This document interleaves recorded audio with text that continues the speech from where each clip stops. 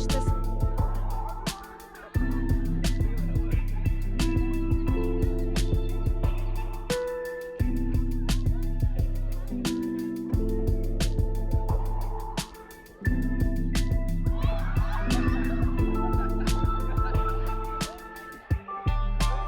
दोस्तों दुनिया में बस माँ बाप ही हैं जो आप लोगों को इस तरीके से ज़िंदगी जीना सिखाएंगे, वरना दुनिया अक्सर आप लोगों की टांग जो है वो पीछे खींचती हुई नजर आएगी। आप लोगों ने सुना भी होगा कि ये दुनिया बड़ी मतलबी है भाई, तुझे कदम कदम पर टोकेगी, खुद कुछ होगा उससे नहीं पर तुझे करने से रोकेगी।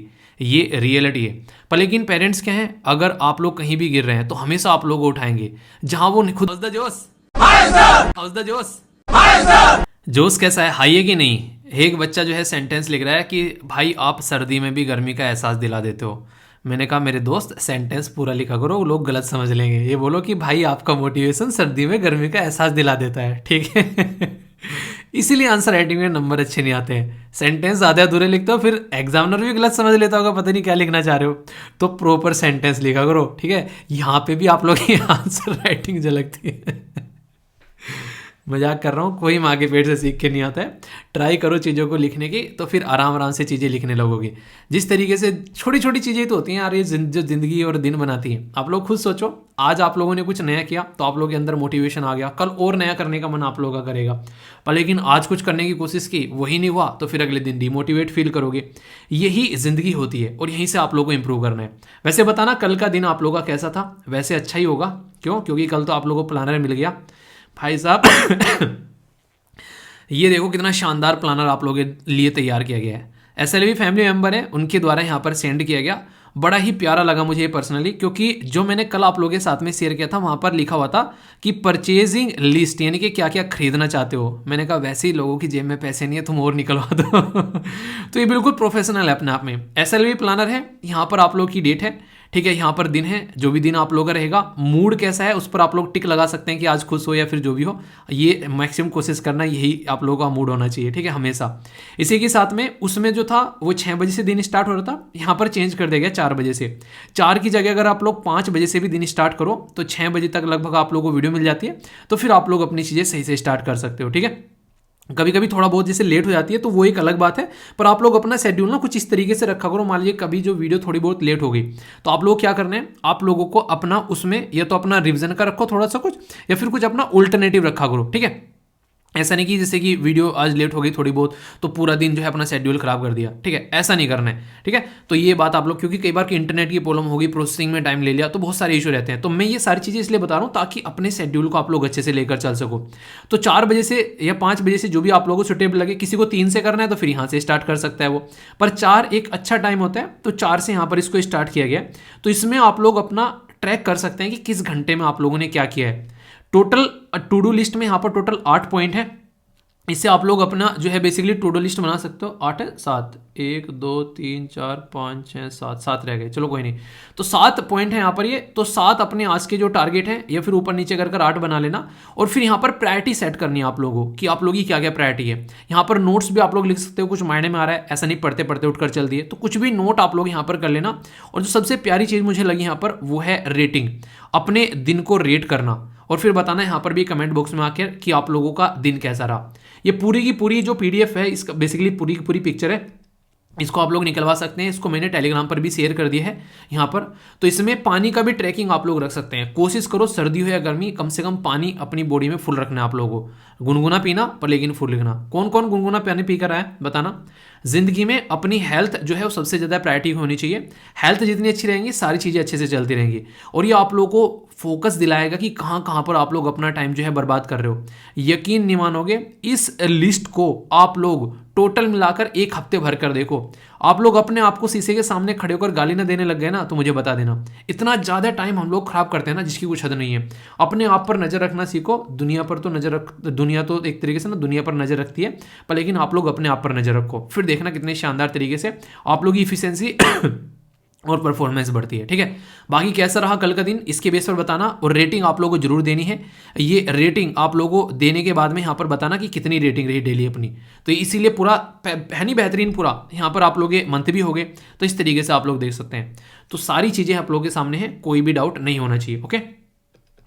तो बताना कैसा रहा कल का दिन, और आज का प्लान बन गया आप लोगों के सामने? नहीं बना हो तो ये प्लानर भी अपने सामने है, अच्छे से प्लान बनाना, अच्छी चीज़ों को लेकर चलना, क्योंकि शाम को अपने आप को जवाब देना आप लोगों को, किसी और को नहीं तो अपने आप को तो देना ही देना है ना जवाब। और फिर मैं पूछूंगा, और मैं पूछूंगा तो फिर आप लोगों को लिखना पड़ेगा। तो जो भी आज की डेट में अच्छे से प्रैक्टिस कर रहे हैं उनको पता है कि वो टाइम को कैसे यूटिलाइज कर रहे हैं। मॉर्निंग में उठकर अपना दिन ढंग से स्टार्ट करोगे ना, तो इस बात की मैं गारंटी देता हूँ कि आगे का दिन आप लोगों का अच्छा ही जाएगा यार, ठीक है। तो यहाँ पर काफ़ी अच्छे से कई सारी चीज़ें होती हैं डिस्कस, INA जिसको हम लोग इंपॉर्टेंट न्यूज एनालिसिस, और प्यार से और दिल से हम लोग इसको बैलेंस डाइट बोलते हैं। अलग अलग न्यूज़पेपर के आर्टिकल डिस्कस करता हूँ। एक बच्चा कह रहा है कि सर एक न्यूज़पेपर के आर्टिकल क्यों नहीं डिस्कस करते? कोई एक पर्टिकुलर न्यूज़पेपर ना यार, वो आप लोगों के पढ़ाने के लिए नहीं बनाया, आप लोगों के एग्जाम के लिए नहीं बनाया, वो उसमें सारी खबर रहती है, ठीक है। उसमें पॉलिटिकल न्यूज़ भी रहेंगी, लोकल न्यूज़ भी रहेंगी, कहाँ कहाँ पर दंगे फसाद हो गए वो रहेंगी, पता नहीं क्या क्या भरा रहता है उसमें। तो वो आप लोगों के लिए एग्जाम के लिए इंपॉर्टेंट नहीं है, आप लोगों के लिए जो भी एग्जाम के लिए इंपॉर्टेंट है वो सब जगह से यहाँ पर निकल कर आप लोगों के सामने आता है। इसी के साथ में क्या क्या रहता है, आप लोगों ने देखा होगा क्वेश्चन की प्रैक्टिस भी होती है, एक आप लोगों की टेस्ट सीरीज समझो आप लोगों की कवर हो जा रही है, आंसर राइटिंग की प्रैक्टिस आप लोगों की हो जा रही है, स्टैटिक पोर्शन आप लोगों का कवर हो जा रहा है। तो कहने के लिए करंट की वीडियो है ये, ठीक है, पर जो देख रहा है उसको पता है कि ये किस चीज़ की वीडियो है। और फिर आप लोगों को पता है जब रिजल्ट आता है तो मज़ा आता है। तो यहाँ पर देखो SLV कमांडो जो है इनका सिलेक्शन हुआ है, जो UP PSC के अंदर में जो बेसिकली मेडिकल ऑफिसर का जो एग्जाम होता है 139, एक बेहतरीन रैंक आप लोग यहाँ पर बेसिकली यहाँ पर देख सकते हैं। सबसे बड़ी बात जो है यहाँ पर ये रेगुलरली जो है चीज़ों को फॉलो कर रहे हैं। और यहाँ पर देखो कहीं ना कहीं जो लेक्चर है ना यार आप लोगों को, वो इंटरव्यू में भी फायदा पहुंचाएगा, ठीक है। तो पढ़ने के द्वारा काफ़ी अच्छा एक तरीके से आप लोग बोल सकते हैं अपने परिवार के लिए भी, और पूरी SLV फैमिली जो है कहीं ना कहीं प्राउड फील कर रही है। तो आप लोग भी जब सिलेक्शन हो तो देखना सबको अच्छा लगता है यार, जब सिलेक्शन होता है ना इंसान का लगता है यार मेरा भी कम से कम सिलेक्शन हो, मैं भी इसी तरीके से जो है अपनी लाइफ को एंजॉय करूंगा या करूंगी।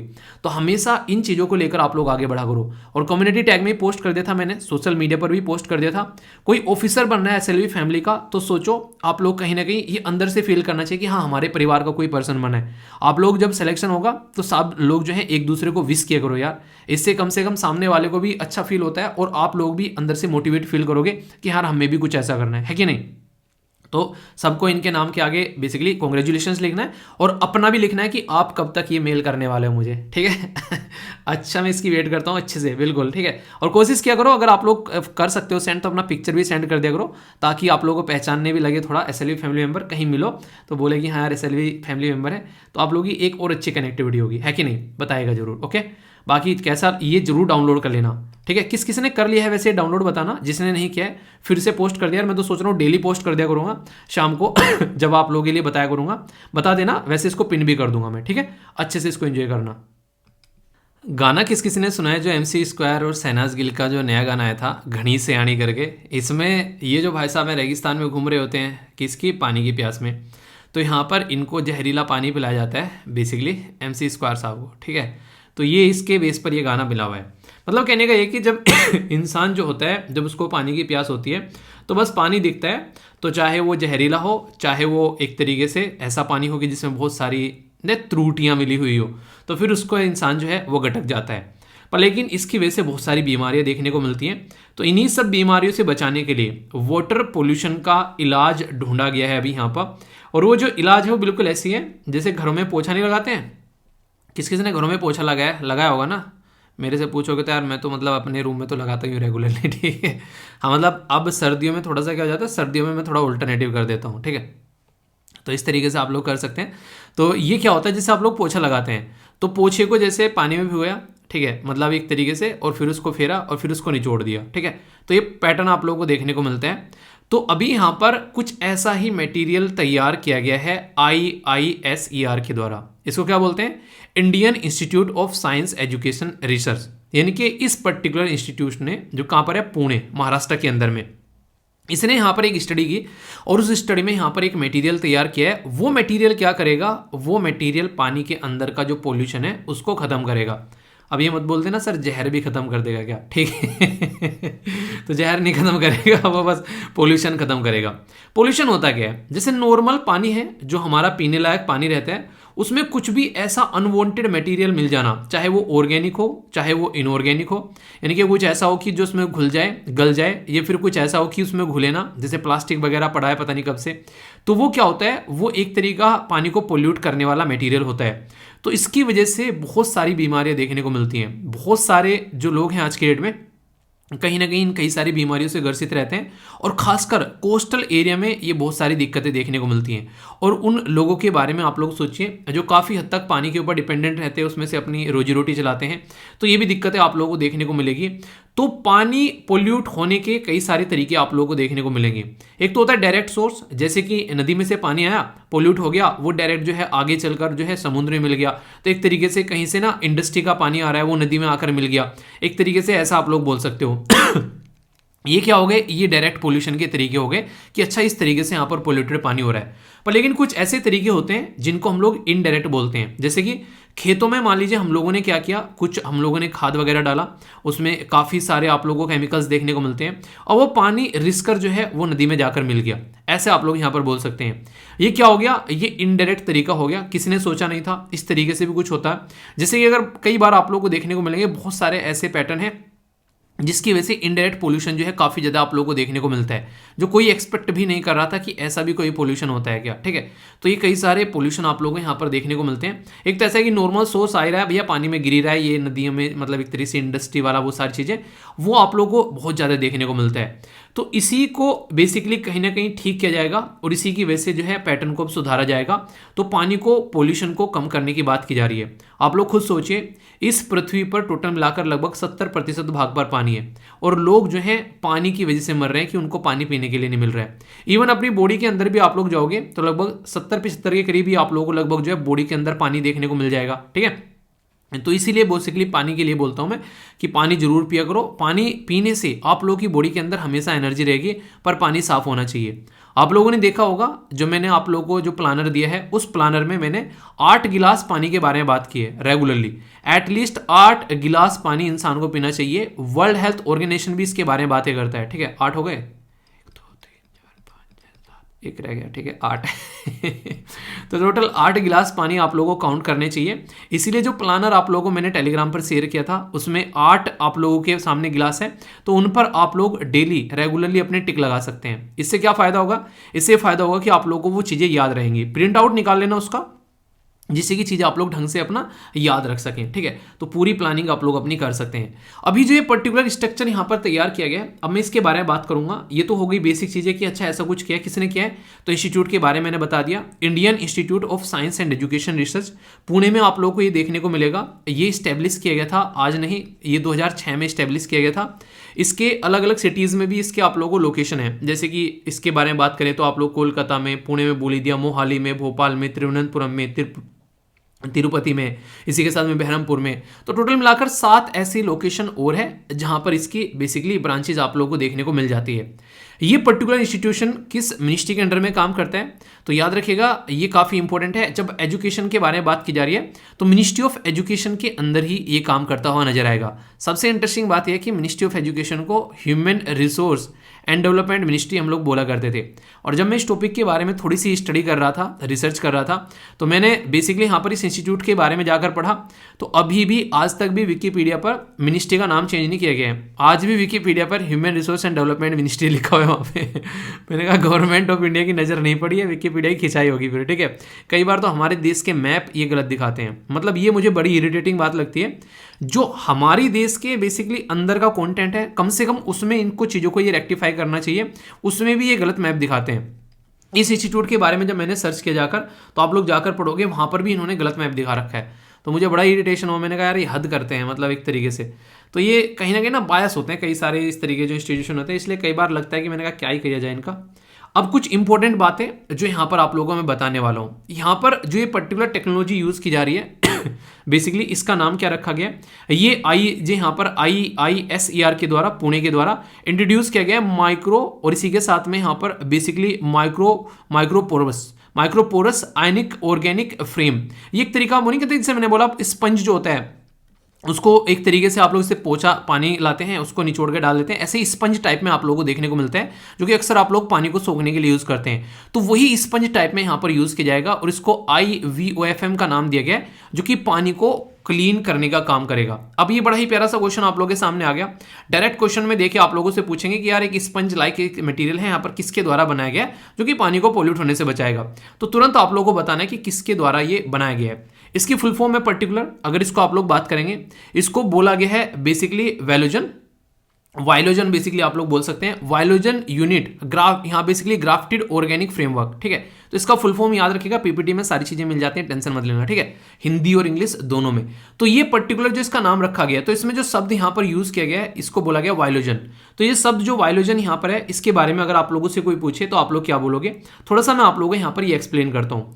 जैसे मान लीजिए कोई पानी जो है वो पोल्यूट हो गया, ठीक है, तो ये जो बेसिकली पर्टिकुलर मटेरियल है उसको सही करने का काम करेगा। तो वाइलोजन जो है यहाँ पर ये बेसिकली एक यूनिक क्लास का, इसको बोलते हैं हम लोग रेडोक्स एक्टिव, ठीक है।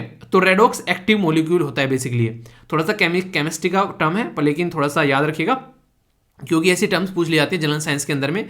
तो रेडोक्स एक्टिव मॉलिक्यूल जो होता है, क्या होता है बेसिकली रेडोक्स एक्टिव, आप लोगों ने केमिस्ट्री के अंदर पढ़े ना, ऑक्सीडेशन और रिडक्शन की क्रिया के बारे में पढ़ा होगा, ठीक है, जिनको ऑक्सीकरण या फिर आप लोग यहाँ पर एप चेन बोलते हैं। तो ऑक्सीडेशन और रिडक्शन की जो क्रियाएं होती हैं वो इलेक्ट्रॉन का आदान प्रदान करती है। तो उसी के चलते यहाँ पर इस सिस्टम को यहाँ पर यूज किया जा रहा है, जिसमें यहाँ पर कुछ ऐसा ही देखने को मिलेगा और ये काफी हद तक यहाँ पर पानी को जो है वो क्लीन करता हुआ नजर आएगा। तो रेडोक्स एक्टिव मॉलिक्यूल जिसको हम लोग यहाँ पर वाइलोजन बोलते हैं, तो टर्म वाइलोजन जो भी आप लोगों से पूछी जा सकती है, ठीक है, VIOLO, ये भी आप लोगों से बेसिकली ऐसी टर्म्स भी पूछ ली जाती हैं, तो याद रखिएगा, ठीक है। तो वाइलोजन क्या है, रिप्रेजेंट करती है कि unique class of redox active molecule, जिसमें आप लोगों को देखने को मिलेगा कि एक तरीके से यहाँ पर जो क्रिया होती है उसके अंदर में ऑक्सीडेशन रिडक्शन जो दोनों होता है, इलेक्ट्रॉन का आदान प्रदान होता है। तो ये एक तरीके से हाईली रिकमेंडेबल जो एक सिस्टम आप लोगों को देखने को मिलेगा जो पानी को क्लीन करता हुआ नजर आएगा। तो सोचो कितनी सारी बीमारियां जो हैं वो यहाँ पर होने से बच जाएगी अगर इस सिस्टम को हम लोग यूज कर पाते हैं। तो इसके तरीके से आप लोग यहाँ पर अच्छे से सिस्टम को हम लोग संभाल भी पाएंगे। हमारे देश के अंदर में बहुत सारे ऐसे एरिया हैं जो आज के दिन में सूखे से ग्रसित हैं, तो कहीं ना कहीं वो चीजें भी हम लोग यहाँ पर सुधार पाएंगे, ठीक है। इस मटेरियल का जो स्ट्रक्चर है मैंने स्पंज टाइप में बोला, तो जैसे स्पंज जो यूज किया जाएगा तो उसमें पोल्यूशन जो है वो उसी में आ जाएगा और इतना पोरस है वो, यानी कि उसमें छोटे छोटे छिद्र हैं कि पानी बाहर निकल जाएगा। मतलब क्या हो गया, मतलब पोल्यूशन तो अंदर रह जाएगा और पानी इसका बाहर निकल जाएगा। जैसे नहीं छलनी छानते हैं, उसमें चाय पीने के तो शौकीन होंगे बहुत सारे लोग, ठीक है तो चाय में देखा होगा जब छानते हैं बेसिकली, तो आप लोगों ने देखा ना कि चाय उसमें से नीचे निकल जाती है और पत्ती जो चाय के ऊपर ही रह जाती है, ठीक है। तो वो वाली बात है। कईयों तो लेक्चर देख रहे होंगे चाय हाथ में लेके, है कि नहीं, सही है शरीर को गर्म करने का काम करते हैं। और पानी भी गुनगुना रखा करो जिससे कि आप लोग का गला वगैरह जो है खासकर खराब ना हो, ठीक है। तो ये काफ़ी अच्छा तरीका है यहाँ पर इन चीज़ों को सुधारने का। पोल्यूशन की वजह से बहुत सारी दिक्कतें देखने को मिलती हैं और पोल्यूटेड वाटर में ऐसा नहीं कि एक ही चीज़ें हैं, पोल्यूटेड वाटर में बहुत सारी चीज़ें आप लोगों को नजर आएंगी आज की डेट में। आप लोगों को सीसा वगैरह भी वहाँ पर देखने को मिल जाता है, उसके अंदर में कई बार तो कई सारे रेडियो एक्टिव तत्व देखने को मिल जाते हैं। गंगा जैसी अगर बात करें रिवर भी आज के डेट में पोल्यूटेड होती है, काफ़ी लार्ज स्केल पर देखने को मिलेगी। यमुना में तो आप लोगों को पूरा एक तरीके से बर्फीला वाइट तरीके का ये सिस्टम देखने को मिलता है जो कि बहुत ही ज़्यादा पोल्यूटेड होता है। तो ये सारे पोल्यूशन को यहाँ पर ठीक करने का काम करेगा। तो देखते हैं कितने अच्छे से हम लोग इस सिस्टम को यूज कर पाते हैं और आने वाले टाइम में पोल्यूशन को खत्म कर पाते हैं, ठीक है। तो काफी इंपॉर्टेंट है यहाँ पर क्वेश्चन अगर आप लोगों से पूछ जाए कि examine the factor behind the high level of pollution in Indian river, तो आप लोग इंडस्ट्री बोल सकते हैं, ठीक है। कई बार आप लोग एग्रीकल्चर से लिगड़ा हुआ पानी भी जो वहाँ से निकल कर आता है वो पानी भी आप लोग बोल सकते हैं। ह्यूमन एक्टिविटी जो गंगा में आप लोगों ने देखा होगा, खासकर जो गंगा के किनारे जितने भी जो गाँव हैं उसमें सर्वे कराया गया, ये देखने को मिला कि उन भाइयों ने क्या कर रखा है, अपनी जो एक तरीके से वहाँ पर शौचालय है उसका गड्ढा ही नहीं खोद रखा है, पाइप डायरेक्ट जो है वो गंगा में डाल रखा है, मतलब अपना करो काम और निकलो बस। तो ये सिचुएशन है। तो सोचो गंगा का पानी जो है कितना गंदा हो जाता है, आगे चलते चलते कितनी सिचुएशन बन जाती है खराब। तो पहले तो जो भी राज्य यहाँ पर गंगा के किनारे पर है उन राज्यों को थोड़ा सा यहाँ पर टैकल किया गया और इस सिचुएशन को थोड़ा कंट्रोल किया गया। तो अपने ही आप में काफ़ी ज़्यादा जरूरी है, वरना फिर पता है बीमारियां कैसे कैसे फैलती हैं। पानी एक खतरनाक चीज़ है जो कि एक तरीके से सही से यूज़ नहीं करेंगे तो दिक्कत में आ जाएंगे फिर, ठीक है।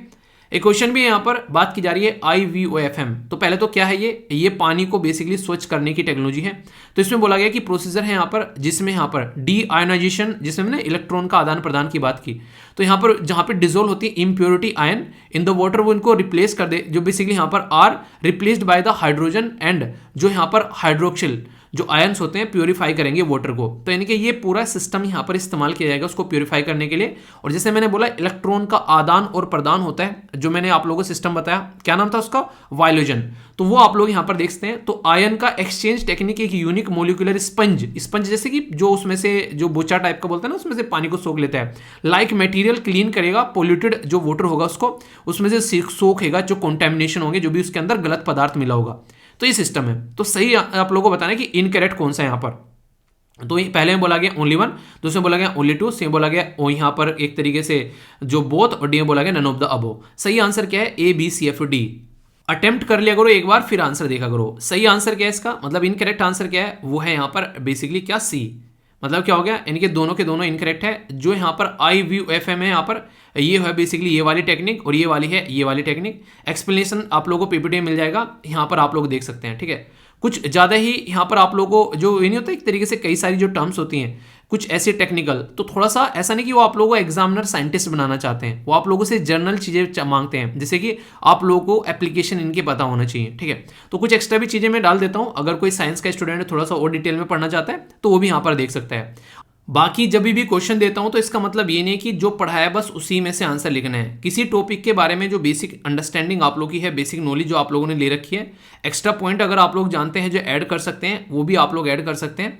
ऐसा नहीं कि जो पढ़ाया गया बस उसी में से क्वेश्चन आप लोगों का पूछा जाएगा। ठीक है, तो जो भी अब तक आप लोगों ने पोल्यूशन के बारे में पढ़ा है, किस तरीके से पोल्यूशन हो रहा है, क्या क्या सोल्यूशन हम लोग पोल्यूशन का कर सकते हैं, वो सारी चीज़ें आप लोग यहाँ पर ऐड कर सकते हैं। ठीक है, तो ये कुछ बेसिक चीज़ें थी, कन्फ्यूज़न नहीं होना चाहिए, कन्फ्यूज़न होगा तो बताना, फिर उसको दूर करेंगे। इंस्टीट्यूट का नाम और टेक्नोलॉजी का नाम जरूर याद रखना। वैसे तो ये एक ऐसा टॉपिक है जो मैं ऑलरेडी आप लोगों का कवर कर चुका हूँ, पर लेकिन कुछ प्रैक्टिस भी करा देंगे तो आप लोगों का थोड़ा सा रिवीजन भी हो जाएगा और चीज़ें और अच्छे से हो जाएंगी। ठीक है, तो कुछ क्वेश्चन की प्रैक्टिस भी हो जाएगी कि ब्लॉक डेवलपमेंट के बारे में यहाँ पर बात की जा रही है। जैसे एस्पायरेशनल डिस्ट्रिक्ट है ना, कि हम लोग को डिस्ट्रिक्ट को अपनी कंट्री में अच्छे डेवलपमेंट के काम पे लगाना है, ऐसे यहाँ पर ब्लॉक डेवलपमेंट के बारे में बात की जा रही है। ब्लॉक मतलब नॉर्मल समझने के लिए आप लोग अपनी तहसील बोल सकते हैं, तो तहसील को डेवलप करने का काम यहाँ पर गवर्नमेंट करेगी। जैसे उनके द्वारा काम किया गया था डेवलप करने के लिए किसको, अपनी कंट्री के डिस्ट्रिक्ट को, तो उसी के चलते अब यहाँ पर ब्लॉक एस्पायरेशनल प्रोग्राम यहाँ पर आ गया, जैसे डिस्ट्रिक्ट के पैटर्न पर। ठीक है, तो ये अभी रिसेंटली यहाँ पर लॉन्च किया गया, नया नया ताज़ा ताज़ा, यानी कि बासी नहीं हुआ है, अभी आप लोग इसको पढ़ रहे हैं तो अभी नए साल का ही आप लोगों को यहाँ पर ये देखने को मिलेगा। ठीक है, तो इसके बारे में याद रख सकते हैं आप लोग यहाँ पर। तो एस्पायरेशनल जो डिस्ट्रिक्ट है यहाँ पर, इसके बारे में याद रखिएगा, हमारे देश में ये प्रोग्राम लॉन्च किया गया था ताकि डिस्ट्रिक्ट को हम लोग सही लेवल पर डेवलप कर सकें। पर लेकिन अभी हम लोग बात कर रहे हैं किसके बारे में, हम लोग बात कर रहे हैं ब्लॉक के बारे में। तो मैं ब्लॉक और डिस्ट्रिक्ट दोनों ही करवा देता हूँ, आप लोग का डिस्ट्रिक्ट का भी रिवीजन हो जाएगा, क्योंकि वो 2018 में लॉन्च किया गया था, जिससे कि हम लोग अपने डिस्ट्रिक्ट को अच्छे लेवल पर ले सकें। बेसिक ढांचा बढ़ाना है, एजुकेशन बढ़ाना है, हेल्थ बढ़ाना है, स्किल डेवलप करनी है, फाइनेंशियल इंक्लूजन, एग्रीकल्चर बहुत ही इंपॉर्टेंट है, इसके ऊपर स्टार लगा लेना। मैच करने के लिए क्वेश्चन पूछा जा चुका है कुछ स्टेट पीसीएस के अंदर में, अगर कल को यूपीएससी पूछ ले तो कोई बड़ी बात नहीं होगी, यानी कि किस पर्टिकुलर पर्पज के लिए यहाँ पर फोकस कितना दिया गया है एस्पायरेशनल डिस्ट्रिक्ट प्रोग्राम के अंदर में, एजुकेशन पे कितना है, हेल्थ पे कितना है। तो सोचो हेल्थ और एजुकेशन दोनों पर्टिकुलर मिलाकर 60% ले रहे हैं इस पर्टिकुलर एरिया में। फिर एग्रीकल्चर को 20% दे दिया है, बेसिक इंफ्रास्ट्रक्चर, स्किल और फाइनेंशियल इंक्लूजन। तो टोटल मिलाकर आप लोग देखते हैं कितना हो गया यहाँ पर, 10 ये हो गया, 10 और 10 20, और 20 कितना हो गया 60, 20 40 तो हो गया, 60 बोल रहा हूँ। ठीक है, यहाँ पर 30 और 30 कितना हो गया, ये 60 हो गया, तो ये हो गया 40 टोटल मिलाकर, और ये 60 हो गया, तो टोटल मिलाकर 100% यहाँ पर हो गया। तो ये कितना परसेंटेज कितना है, तो आप लोग इसको ध्यान रख सकते हैं, और ये मैच भी किया जा सकता है आसानी से कि एस्पायरेशनल डिस्ट्रिक्ट के अंदर में किस पर्टिकुलर कॉम्पोनेंट की परसेंटेज कितनी है, ताकि उसको इंप्रूव किया जा सके। तो ये काफ़ी इंपॉर्टेंट है। इसके अंदर में प्रोग्राम के अंदर में यहाँ पर सेंटर स्टेट मिलकर काम कर रहे हैं, इसी के साथ में सेंटर स्टेट जो है यहाँ पर जो एक तरीके से कोलैबोरेट कर रहे हैं, सेंटर स्टेट लेवल पर यहाँ पर जो प्रभारी, ठीक है, ऑफिसर, डिस्ट्रिक्ट कलेक्टर, ये काम करेंगे। इसी के साथ में कंपटीशन भी है अलग अलग डिस्ट्रिक्ट के अंदर में, ताकि एक दूसरे से आगे निकलने की होड़ लगी रहे, और जहाँ होड़ लगती है वहाँ क्वालिटी बढ़ जाती है, ये बात आप लोग याद रखना।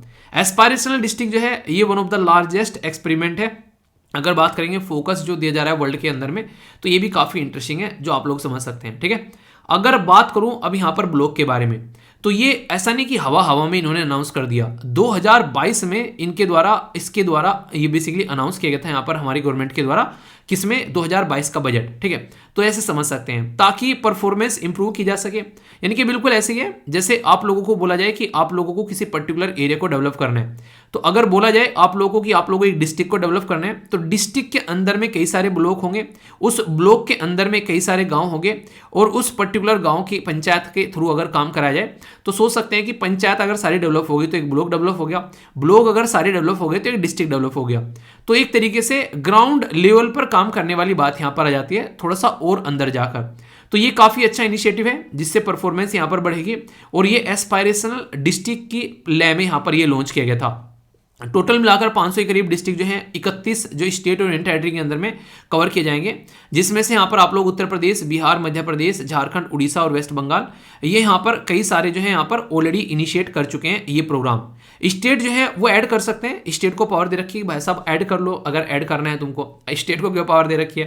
क्योंकि फेडरल सिस्टम है ना, संघवाद का ढांचा, जिसमें सेंटर और स्टेट मिलकर काम करते हैं। तो इस सेंटर ये तो नहीं बोल सकता यूनियन की हाँ भाई साहब हम ही हम करेंगे, हम ही हम, तो हम ही हम है तो क्या हम है, तुम ही तुम हो तो क्या तुम हो, दोनों मिलकर काम करेंगे तभी आएगा मजा, ठीक है। तो ये ध्यान रखना। तो रैंकिंग अच्छी करनी है यहाँ पर, सबका साथ सबका विकास सबका विश्वास वाला जो फंड है गवर्नमेंट का, उसको बेसिकली बोला जा रहा है। और सबसे बड़ी बात क्या होगी यहाँ पर, हम लोग सस्टेनेबल डेवलपमेंट जो गोल हैं उनको अचीव कर पाएंगे, ये काफ़ी बड़ी बात है, ठीक है। फिर से आप लोगों को बता दूं यहाँ पर बेसिकली देख सकते हैं हेल्थ और न्यूट्रिशन में 30% है, एजुकेशन में यहाँ पर 30% है, तो 60% तो टोटल ही हो जाता है, ठीक है। Agriculture water 20%, financial inclusion skill development 10% और बेसिक ढांचा 10%, तो 40 ये 60 ये टोटल 100% आप लोगों को यहाँ पर देखने को मिल जाता है। ये एक ओवरव्यू भी है कि कैसे कैसे डिस्ट्रिक्ट हैं, कैसे कैसे उनकी परफॉर्मेंस है एजुकेशन के मामले में, ये सारी चीज़ें इसके बारे में थोड़ा सा आप लोगों को पता होना चाहिए, ठीक है। अब ये होगी इसके बारे में बेसिक इन्फॉर्मेशन। अब चैलेंज भी हैं कई सारे इसके सामने। देखो जब आप लोग आंसर लिखेंगे ना कि क्या क्या चैलेंज आ रहे हैं एस्पायरेशनल ब्लॉक प्रोग्राम में, डिस्ट्रिक्ट प्रोग्राम में, तो टॉपिक आप लोगों का कंप्लीट होगा उस टाइम पर। तो चैलेंजेस भी आप लोगों को पता होने चाहिए। चैलेंजेस सुधरेंगे तभी तो यहाँ पर एक तरीके से बढ़ेगा इंडिया, तभी तो आगे बढ़ेगा दुनिया, ठीक है, बढ़ेगा इंडिया। तो ये समझिएगा आप लोग, चैलेंज कई सारे हैं। एक तो सबसे बड़ी बात, तो जो सबसे बड़ी जो पैर काटने वाली चीज़ें होती है किसी चीज़ को आगे बढ़ने से, वो होता है फंड। इनसफिशिएंट फंड आप लोगों को देखने को मिलता है। अगर फंड मिल जाए तो चीज़ें अच्छे से चलने लगे, ठीक है। यानी कि पैसा जो है वो बेसिक रिक्वायरमेंट है हर एक चीज़ के लिए। पैसा अगर हाथ में होगा तो चीज़ें कर सकते हैं। जैसे आप लोगों को भी आज के डेट में कुछ काम करना है तो पैसे नहीं होंगे तो कैसे काम करेंगे, ठीक है। कहीं ये तो नहीं बोल सकते आप लोग फ्री में जाके हाँ ठीक है फ्री में काम कर देंगे। मैं आप लोगों का मन भी हो चाहे फ्री में काम करने का, पर लेकिन घर वाले तो ना करने देंगे ना, वो बोलेंगे कि भाई साहब कैसे हैं, रोटी कहाँ से मिलेंगी। तो जरूरी है कि आप लोग जो है उसके ऊपर काम करो। और देखो जिंदगी में ना इंसान के 3 तो काम कम से कम होने चाहिए, ठीक है। एक तो सबसे पहला तो अपने आप को डेवलप करना है जिंदगी में अच्छे से, अपने परिवार की रेस्पॉन्सिबिलिटी लेनी है ताकि उनकी सारी आवश्यकताओं की पूर्ति कर सको, और अपनी कंट्री के ऊपर फोकस देना है जिस तरीके से अपने देश को आगे लेकर चल सको। ये 3 चीज़ आप लोगों को हमेशा फोकस देकर चलनी है। और इसलिए आप लोग हमेशा अगर थोड़ा सा बड़ा सोचोगे तो 3 चीज़ आप लोग हमेशा अपनी नहीं कहते एक तरीके से अपने हमेशा टोकरी में रखोगे कि हाँ यार इनके ऊपर फोकस देना है। इसमें जो सबसे बेसिक चीज़ होती है वो होती है जॉब। जब जॉब मिलती है तब ये सारी चीज़ें फिर आगे बढ़ना स्टार्ट हो जाती है। तो कम से कम इतना पैसा कमाओ ज़िंदगी में कि अपने परिवार को आप लोग, और उनकी रिक्वायरमेंट है, कल को कोई बीमार हो गया, कोई कंडीशन खराब हो गई, तो कम से कम उनकी हेल्थ के लिए आप लोगों के पास में किसी के सामने हाथ न एक तरीके से फहराना पड़े। ये बात ध्यान रखिए, ठीक है। तो इसलिए लगकर पढ़ाई करो यार। कभी भी कोई भी प्रॉब्लम आ जाती है तो फिर लगता है कि यार जिंदगी में काश वो चीज़ कर ली होती। तो लैक ऑफ कोऑर्डिनेशन रहता है। सेंटर अलग सुना रहा है, डिस्ट्रिक्ट अलग सुना रहे हैं, स्टेट अलग सुना रहे हैं, ब्लॉक अलग सुना रहे हैं, तो सबको साथ में लेकर चलना है। जब पता होगा कौन सा सब्जेक्ट अच्छा है कौन सा सब्जेक्ट बुरा है, वहीं पर तो फोकस लगाओगे ना। पता ही नहीं है कौन सा सब्जेक्ट अच्छा है, बस लगे जा रहे हैं से। तो हाई क्वालिटी ऑफ एक तरीके से डेटा भी होना चाहिए हमारे पास में, और हाई क्वालिटी एडमिनिस्ट्रेटिव डेटा होना चाहिए ताकि चीज़ें पता चल सके। रैंकिंग देने का और क्वालिटी ऑफ एजुकेशन, तो कई सारे चैलेंजेस हैं जिसकी वजह से दिक्कतें निकल कर आती है। अगर यहाँ पर बात करें, ये पर्टिकुलर जो प्रोग्राम है इसमें डिसेंट्रलाइजेशन ऑफ डेवलपमेंट के बारे में बात की जा रही है ताकि ग्राउंड रियलिटी को अंडरस्टैंड किया जा सके। इंक्लूसिव अप्रोच बोला जा रहा है। इंक्लूसिव का मतलब सबका साथ सबका विकास और सबका विश्वास, वो इंक्लूसिव वाला फंडा हो जाता है। वो लाइन ही इंक्लूसिव है अपने आप में, ठीक है। इंप्रूव करेंगे यहाँ पर इम्प्लीमेंटेशन, क्योंकि कई बार बोल तो देते हैं कि हाँ ठीक है हम लोग एक्सरसाइज करेंगे, हम लोग आंसर राइटिंग करेंगे, हम लोग क्वेश्चन की प्रैक्टिस करेंगे, हम लोग टाइम से सोएंगे टाइम से उठेंगे, पर लेकिन कथनी और करनी में बहुत फर्क नजर आता है। तो इसलिए जरूरी है कि दोनों में ज़्यादा फर्क ना हो, ठीक है। तो ये कुछ बातें हैं, यही बातें आप लोगों की है, यही बातें गवर्नमेंट की है, तो हर जगह एक ही जैसी चीज़ें हैं बेसिकली। तो अगर आप लोग खुद नहीं सुधर रहे हो तो गवर्नमेंट को सुधरने के बारे में कैसे बोल सकते हो, ये बताओ। 2019 में यूपीएससी ने बड़ा ही प्यारा सा क्वेश्चन पूछा आप लोगों से। अटल इनोवेशन मिशन के बारे में बात की जा रही है। बोला जा रहा है कि यहाँ पर कौन सा आंसर सही है। अटल इनोवेशन किसके अंडर सेटअप किया गया? वैसे तो इनोवेशन के बारे में बात की जा रही है तो साइंस एंड टेक्नोलॉजी पहला ही है, ठीक है। लेबर एम्प्लॉयमेंट बोल दिया दूसरा मिनिस्ट्री के। नीति आयोग स्किल डेवलपमेंट, तो यहाँ पर आंसर क्या सही होगा बताइए, देखता हूँ कौन सी आंसर देता है, अटेम्प्ट करिए। नेक्स्ट क्वेश्चन यहाँ पर नीति आयोग के द्वारा बेसिकली रिलीज किया जाता है delta ranking of the aspirational district. तो ये क्वेश्चन अगर अलग से ही पूछ लें आप लोगों से एग्जाम में कि डेल्टा रैंकिंग एस्पायरेशनल डिस्ट्रिक्ट के लिए कौन तैयार करता है, तो नीति आयोग। तो ये 5 बेसिकली एरिया रहते हैं, health and nutrition, education, agriculture and water resources और स्किल डेवलपमेंट। तो कौन सा आंसर सही है, A B C F D, बताइए इसको। प्यारा क्वेश्चन है ना, ऐसे क्वेश्चन बन जाएंगे एग्जाम में, फिर बोलोगे कहां से आ गया। आंसर दूंगा अभी, पहले अटेम्प्ट कर लो। नेक्स्ट यहां पर बोला गया एस्पायरेशनल ब्लॉक के बारे में, बोला गया कि एक डेवलपमेंट जो यहां पर एक तरीके से डेवलपमेंटल इनिशिएटिव है जिसका एम है कि कैसे इंप्रूव करनी है परफॉर्मेंस और कैसे वेरियस डेवलपमेंट जो पैरामीटर लेकर आने हैं, ये बेसिकली बात की जा रही है। इसी के साथ में यहां पर फोकस है कि एस्पायरेशनल जो ब्लॉक होते हैं, एस्पायरेशनल ब्लॉक प्रोग्राम, ये इन द लाइन रहते हैं एस्पायरेशनल डिस्ट्रिक्ट के, यानी कि जैसे पापा चलेंगे ऐसे बच्चे चलेंगे, ठीक है, ये समझ सकते हैं।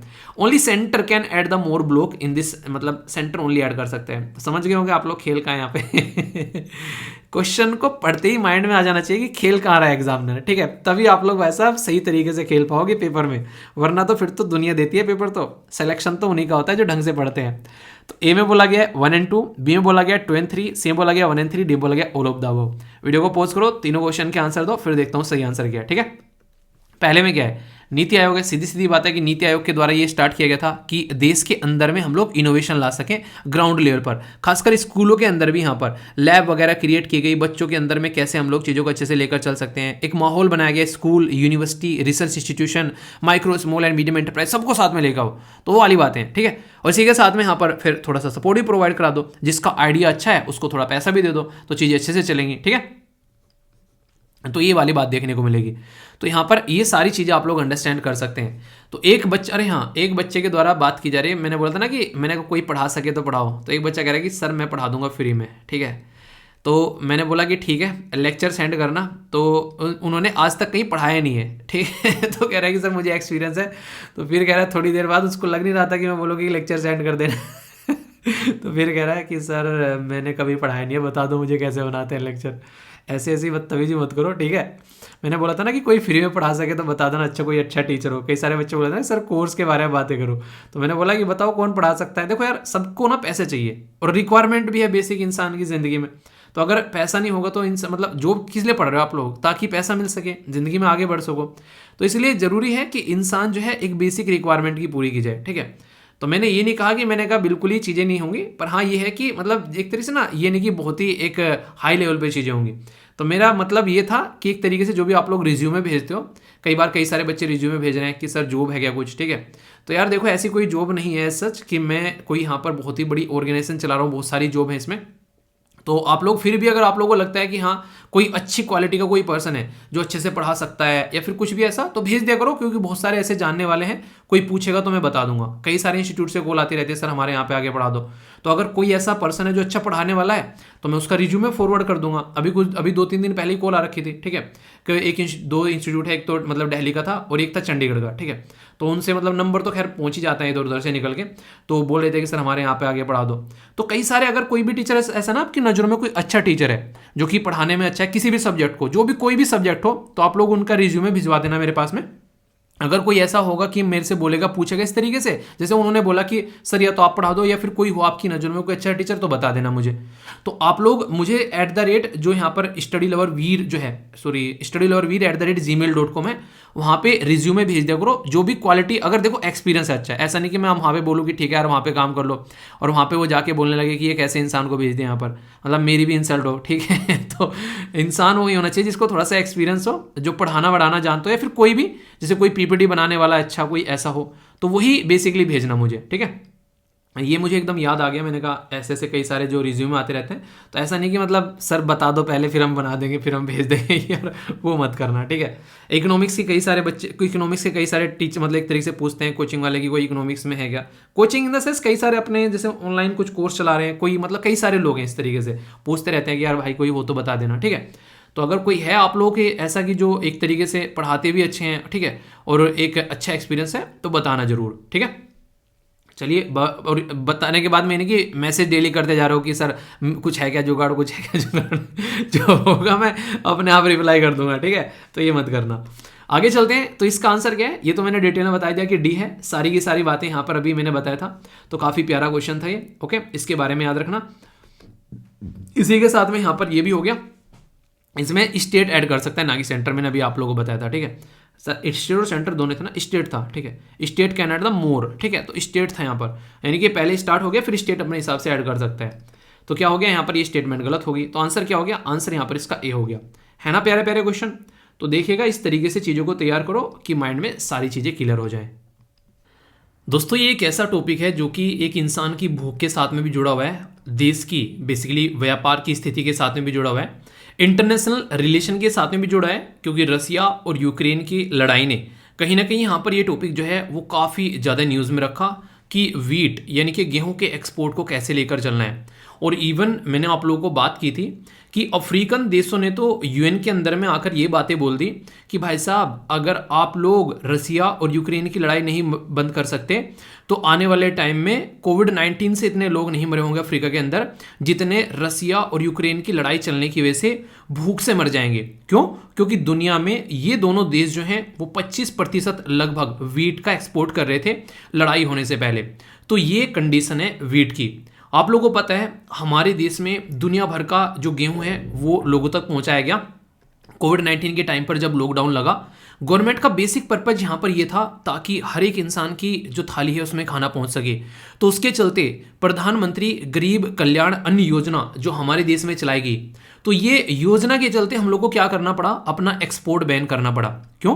क्योंकि अगर दुनिया को गेहूं आप लोग को बेचना है तो अपने पेट की पूर्ति भी आप लोग को करनी है। अपनी जनता जो आज के डेट में कोविड-19 के चलते कोई अच्छे लेवल पर कहीं पर जाकर एक तरीके से काम नहीं कर रहा है, उसकी वजह से पैसा नहीं है, तो उनके पेट में खाना जाना चाहिए। तो ये सारी चीज़ों को ध्यान में रखते हुए सरकार ने क्या किया, एक्सपोर्ट पर बैन लगा दिया। क्यों? वो नहीं कहते कि पहले अपना पेट भर लो भाई साहब, जब दूसरे की जो है चीज़ें संभाल लेना। वो नहीं, तनुवेट्स मन्नू का गाना आप लोगों ने सुना होगा बोलते नहीं उसमें कि शर्मा जी पहले अपनी पेटी बांध लो, ठीक है, हम तो बाद में देखेंगे। तो वो वाली कंडीशन है। तो क्या यहाँ पर ये जो स्थिति है ये कंटिन्यू रखनी है, यहाँ पर अभी एक्सपोर्ट पर जो बैन लगा हुआ है वो हटाना है। तो कई सारी चीज़ों का ध्यान रखने के लिए एक अंतर मंत्रालय परामर्श जो यहाँ पर कमेटी बनाई गई है आंकलन करने के लिए गवर्नमेंट के द्वारा, तो उसकी वजह से यहाँ पर ये न्यूज़ में है। इसके बारे में कई सारी इंपॉर्टेंट क्वेश्चन भी आप लोगों से बन सकते हैं, आप लोगों से आंसर राइटिंग का क्वेश्चन भी बन सकते हैं, बात करेंगे कैसे, और ऑब्जेक्टिव टाइप क्वेश्चन भी बन सकते हैं, यानी कि आंसर राइटिंग के साथ साथ में टेस्ट प्रैक्टिस भी आप लोग की होगी। अच्छे से सुनिएगा, बहुत सारी बातें डिस्कस करूंगा। ज्योग्राफी का एक टॉपिक भी कवर हो जाएगा आप लोगों का, खासकर वीट के बारे में बात करेंगे, कहाँ कहाँ पर उगाया जाता है दुनिया में, हमारे देश की पोजीशन क्या है, हमारे देश में कौन कौन से राज्य में सबसे ज़्यादा गेहूँ उगाया जाता है, वही बातें हम लोग देखेंगे और भी तमाम मुद्दे जो कि इस टॉपिक से रिलेटेड है। तो यानी कि पूरा चहुमुखी विकास करेंगे इस टॉपिक का, ताकि एक एक पॉइंट आप लोगों के माइंड में क्लियर हो जाए बिल्कुल, ठीक है। सबसे पहले तो आप लोगों को ये पता होना चाहिए कि हमारे देश में सबसे ज़्यादा खाया जाने वाला जो अनाज कौन सा है, तो वो क्या है बताइए आप लोग। वीडियो पॉज करके एक बार बताइए, देखता हूँ कौन सी आंसर देता है। पता है वो है राइस, यानी कि चावल।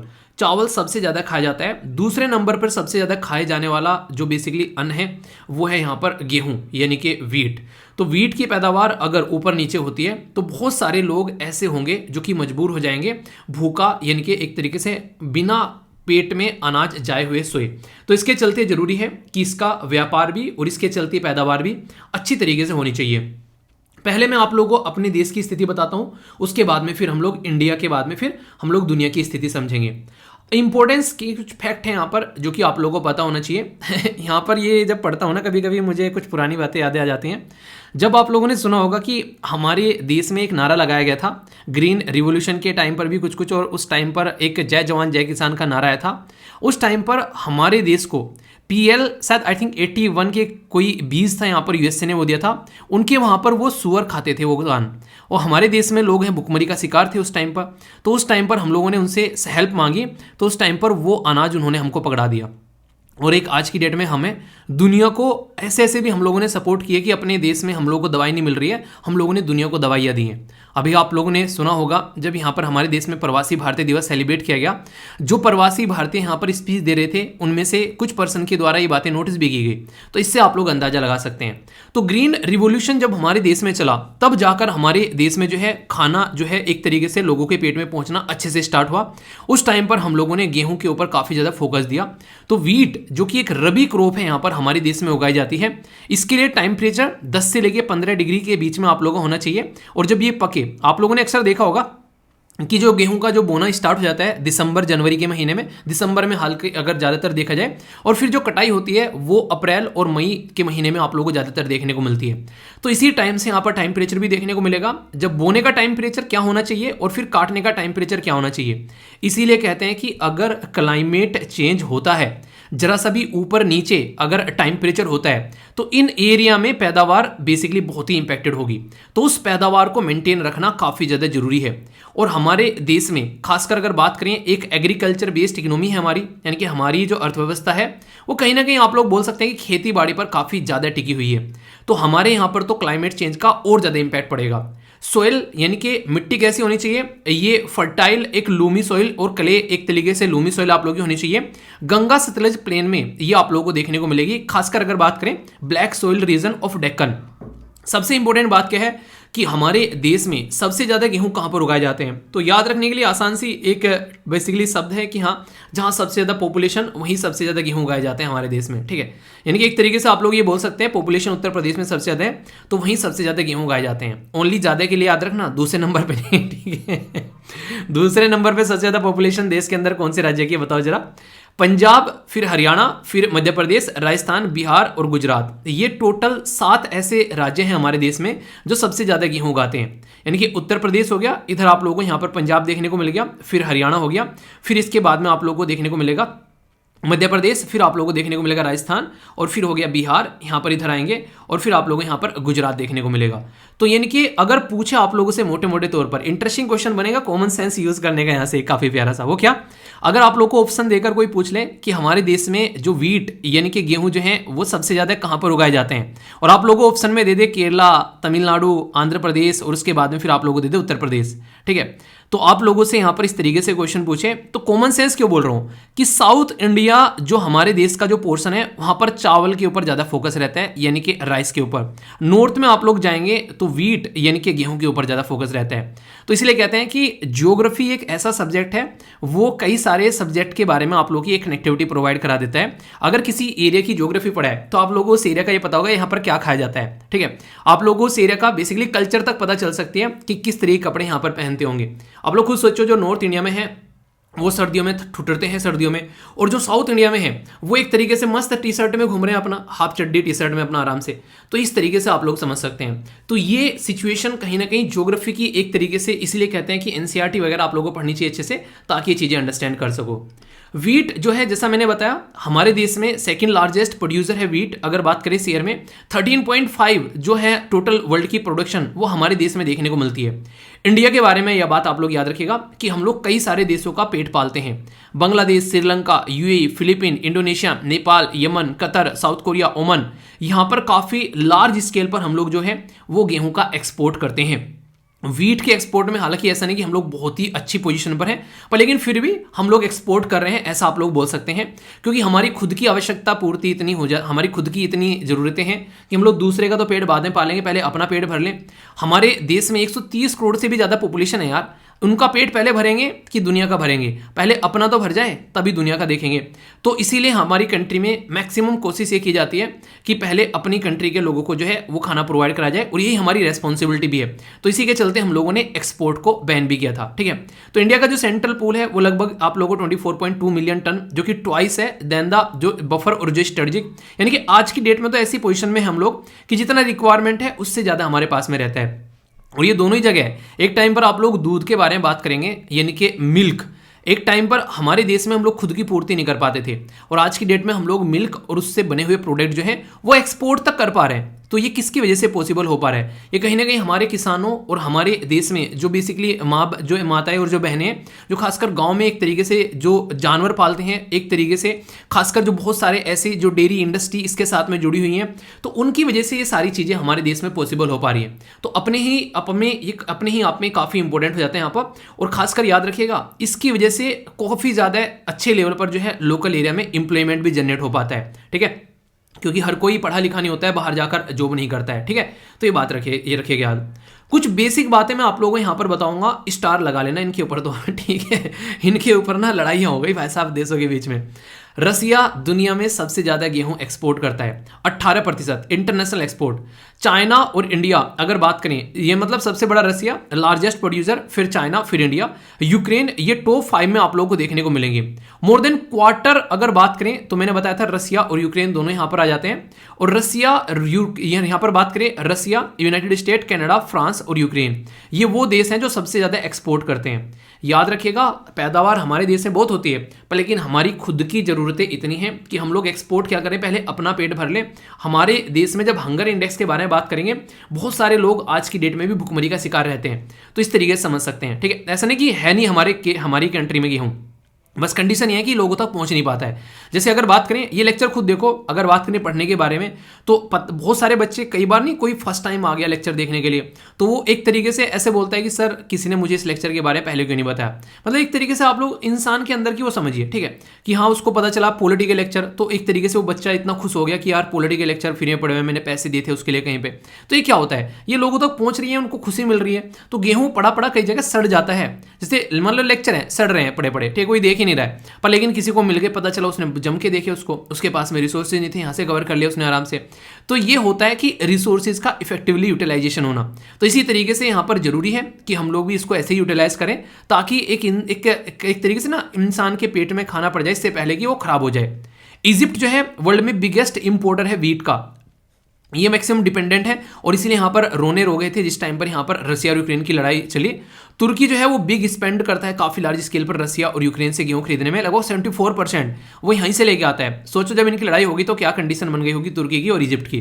तो ये जरूरी है कि कहीं ना कहीं इंसान को थोड़ा बहुत तो अपने ऊपर भी डिपेंडेंट रहना चाहिए, दूसरे के ऊपर अक्सर जो है खस्ता हालत हो जाती है। जैसे यहाँ पर आप लोग देख सकते हैं, लड़ाई हो गई उनकी तो काम ये बन गया, आप लोग समझ सकते हैं यहाँ पर, ठीक है।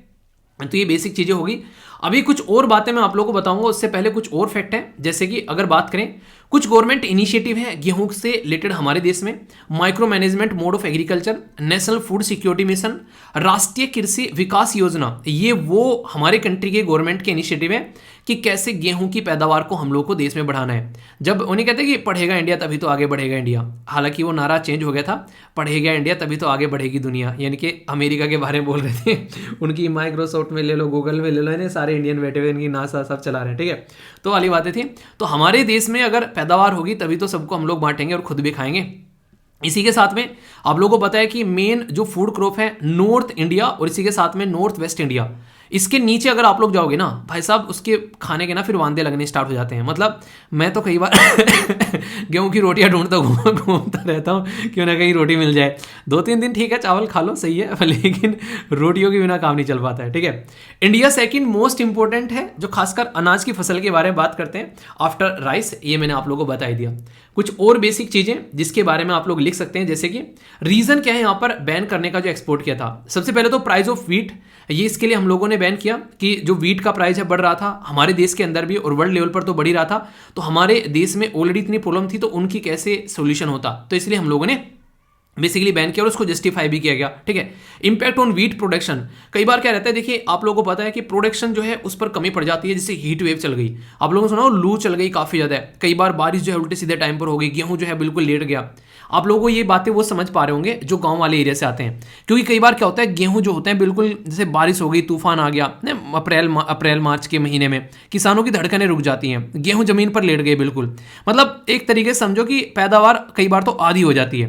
बोलते हैं ना कितने मणे गेहूं हुए भाई तुम्हारे खेत में, तो नॉर्मली आप लोगों को देखने को मिलेगा 8-9 मने अगर निकल जाए एक खेत के अंदर में तो काफ़ी अच्छा है, उसके बाद में दिक्कतें होना स्टार्ट हो जाती है, तो ये कंडीशन निकलने लगती है, इन्फ्लेशन बढ़ने लगता है, मार्केट में गेहूं नहीं होगा तो फिर लोगों को मिलेगा कैसे, तो ये जरूरी है, तो इसके ऊपर भी फोकस रखना है ताकि लोगों को खाना मिलता रहे। हालांकि इन्फ्लेशन ऊपर नीचे चलते रहते हैं, जैसे WPI हो गया, होलसेल, ये रिटेल वाला हो गया, तो ये एक तरीके से इन्फ्लेशन को भी कंट्रोल रखने की बेसिकली टारगेट किसको देते हैं, RBI, reserve bank of India हमारे देश में बैंक है जो कि इन्फ्लेशन को कंट्रोल करता है, और इसका टारगेट है कि 4+-2 यानी कि इन्फ्लेशन जो होना चाहिए वो 2 से लेकर 6 के बीच में होना चाहिए, ऐसा यहाँ पर रिजर्व बैंक ऑफ इंडिया के द्वारा बोला जाता है। तो ये कुछ बातें हो गई इसके बारे में, ठीक है। तो अब यहाँ पर कहने के लिए तो ये एक बेसिकली छोटी सी न्यूज़ थी कि हाँ भाई साहब इतना पढ़ा के छोड़ दो कि बैन क्यों लगा रखा है, क्या चीज़ें चल रही है, पर लेकिन इन रियलिटी यहाँ पर मैंने आप लोग क्या क्या बता दिया। इंटरनेशनल लेवल पर क्या सिनेरियो है इसको लेकर, नेशनल लेवल पर क्या सिनेरियो है, कहाँ कहाँ एक्सपोर्ट करते हैं, बेसिक स्टैटिक पोर्शन आप लोगों के सामने हो गया, गवर्नमेंट की इनिशिएटिव आप लोगों के सामने हो गए, और इसी के साथ में क्वेश्चन एग्जाम में पूछे जा चुके हैं। ठीक है, जैसे कि हंगर के बारे में पूछ लिया, hunger and the poverty are the biggest challenge for the जो गुड गवर्नेंस इन इंडिया। आज की डेट में भी इवेल्युएट करना है सक्सेस गवर्नमेंट क्या क्या इनिशिएटिव इसको लेकर चल रही है और क्या क्या मेजर्स हैं। 2017 में पूछ लिया गया भुखमरी के बारे में। ठीक है, यहां पर बात करें तो what are the reformative steps taken by the government to make the food grain distribution system more effective, ये आप लोगों को यहां पर देखने को मिलेगा। 2019 में यहां पर क्वेश्चन पूछ लिया गया। तो कहने का मतलब यहां पर ये कि टॉपिक ऐसा है कि क्वेश्चन बड़े पूछे जाते हैं यहां पर। तो ये हो गए मेंस के क्वेश्चन जो कि आप लोगों से पूछे गए। आंसर जरूर देना जब लिखने के लिए पोस्ट करूंगा तो मैं। 2018 में यहां पर यूपीएससी ने प्रीलिम्स के अंदर भी क्वेश्चन पूछा और वो भी फूड सिक्योरिटी एक्ट के बारे में आप लोगों से यहां पर क्वेश्चन पूछा। अगर आप लोग इस टॉपिक को अच्छे से जानते हैं या फिर मेरे साथ में कनेक्टेड हैं तो आप लोगों को पता भी होगा, पहले भी डिस्कस किया है इसके बारे में। स्टेटमेंट है आप लोगों के सामने, बोला जा रहा है कि फैमिली जो अंडर आती है below poverty line only eligible for the receive of subsidize food grain, पहली स्टेटमेंट में बोल दिया गया। यहाँ पे अगर आप लोगों को पता है ये कई सारे आर्टिकल आए थे उस टाइम पर, गवर्नमेंट बोल रही थी कि फूड सिक्योरिटी एक्ट के तहत जो लोग आते हैं उनकी संख्या घटा दी जाए। तो उस टाइम पर भी मैंने आप लोगों से डिस्कस किया था। देखता हूं कौन आंसर देता है। Eldest women in the house hold, जिसकी एज 18 है या फिर उससे ऊपर है, वो हेड होगी फैमिली की जब भी हम लोग यहाँ पर राशन कार्ड के बारे में बात करेंगे। प्रेग्नेंट वुमेन या फिर लैक्टेटिंग मदर, यानी कि प्रेग्नेंट यानी कि गर्भवती महिला और बच्चे को दूध पिलाने वाली जो महिला माँ, वो यहाँ पर अपने घर राशन ले जा सकती है 1600 कैलोरी पर डे के हिसाब से प्रेग्नेंट ड्यूरिंग 6 मंथ। स्टेटमेंट कौन सी सही है, 1 2 2 1 3 या फिर 3।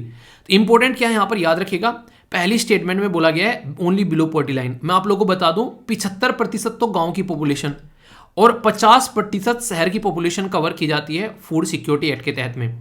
पहली स्टेटमेंट गलत, कॉमन सेंस बोलेगी कि दोनों स्टेटमेंट खत्म हो गई। ठीक है, अब यहां पर जो बात की जा रही है ये आप लोगों को पता है, ये पढ़ाया था मैंने आप लोगों को यहां पर इस पर्टिकुलर स्कीम के बारे में। जो लैक्टेटिंग मदर के बारे में बात करते हैं तो 6000 का बेनिफिट यहां पर दिया जाता है उनको। ठीक है, नोट लेस देन 6000, ना कि यहां पर कैलोरी में काउंट कर रहे हैं। तो ये स्टेटमेंट भी गलत हो गई, तो आंसर यहां पर बी हो गया।